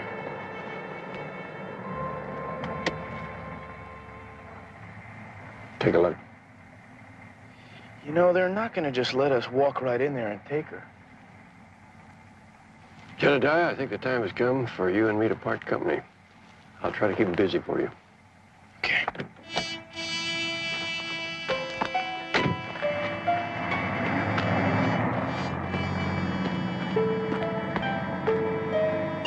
If she is gone, her father won't want that tape in the hands of the police. I don't like it, brother. I don't like it at all.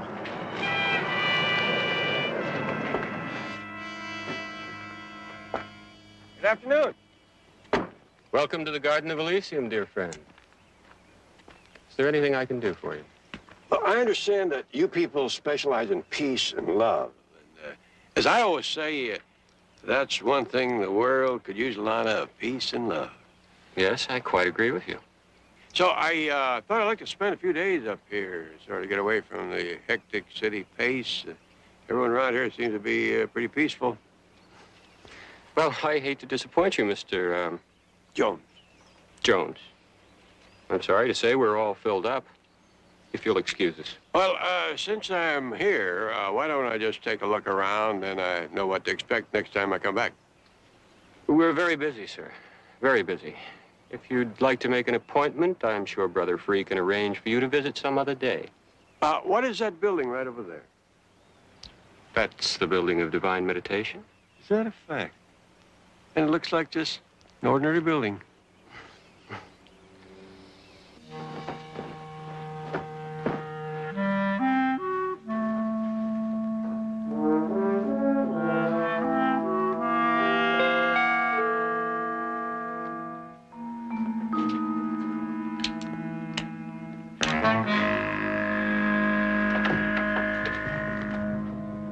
What are you doing here? Searching for buried treasure. Where's Julie Enright? I don't know what you're talking about. Come on, I'll explain it. Mr. Jones, I read vibrations better than most men read newspapers, and your vibrations tell me you haven't come here seeking inner peace. I'd like you to leave immediately. I'm not leaving without Julie Enright.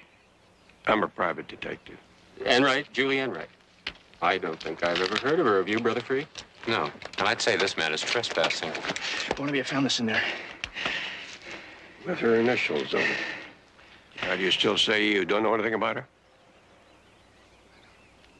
I don't know how they got in that house.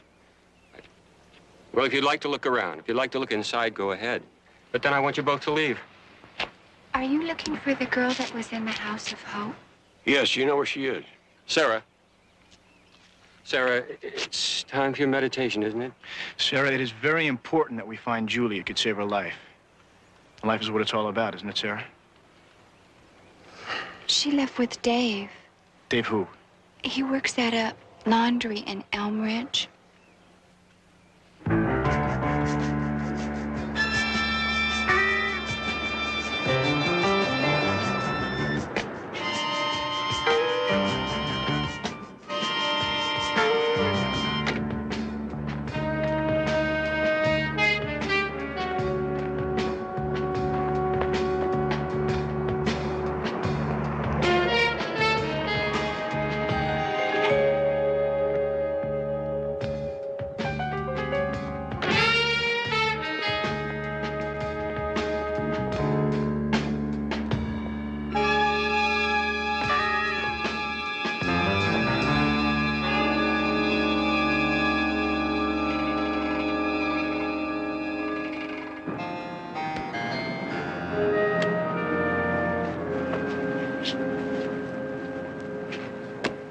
Thank you. Hi. Your name Dave? Yeah, what about it? I understand you gave a lift to a young lady out of the Garden of Elysium today. No, you made a mistake, mister. Come on, you were seen leaving there with her. Hey, look. They're strict here about giving anyone a lift. I could lose my job for it. Well, don't worry, we're not going to tell anybody, but it's very important that we find her. Okay, so I gave her a ride. She said she was going buggy out there. Wanted to have a little fun. Where'd you leave her? I left her right outside of town. Where outside of town? Hey, look, what's this all about anyway? It's a long story. Where is she? She's waiting for me at the park on Spring. Thank you very much.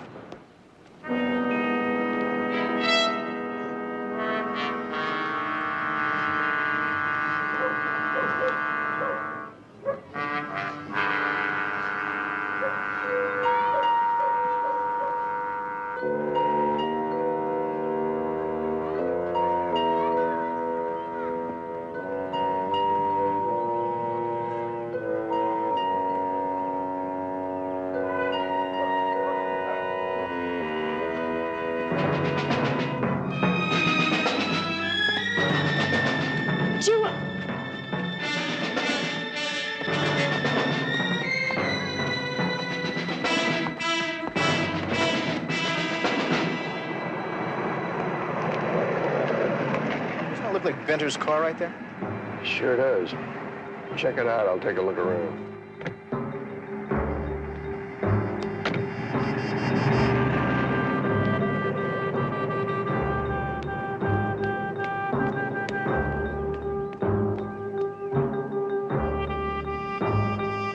JR? Gloria, what are you doing here? It's Steve. He's after Julie. Where are they? They ran off toward those hills. All right, look, Barnaby went that way. See if you can find him. Tell him where I've gone, okay? Okay.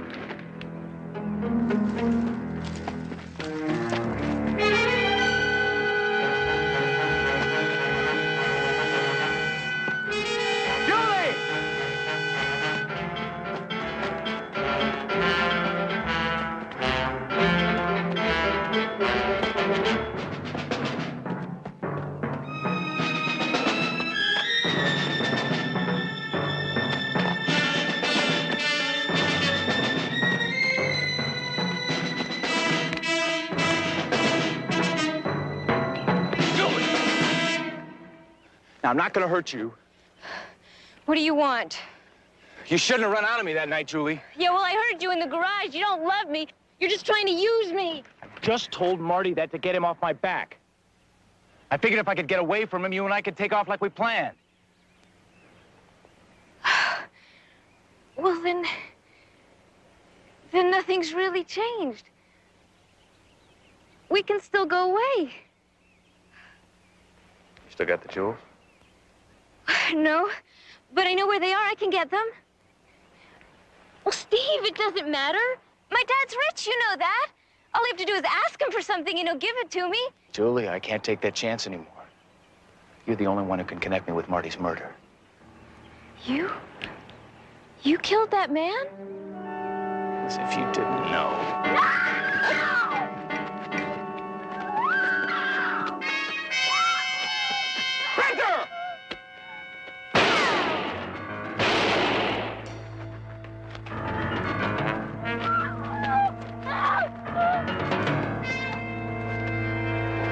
That's it, Fender!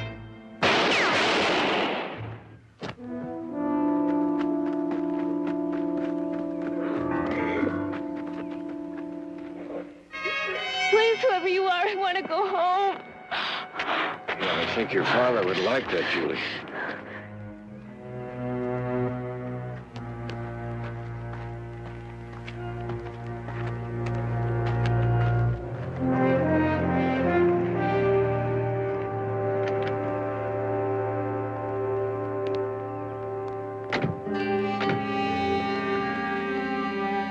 Julie. Oh, am I glad to see you. I'm sorry. I'm really sorry. I'm sorry, too. I guess we all have a lot of growing up to do, me included. Hey, Pumpkin. Oh, Julie, I missed you so much. Dad and I were so worried. You don't have to worry. The police will be in touch with you about the recovery of the jewels. They've located those people? Mm-hmm. Brother Liv and his pals are in custody, and chances are they'll spend the next few years in prison. Thank you. I don't really know what else to say. You just said it. Thank you. Take care of those two. You're a very lucky man. Yes, I am. Shall we go?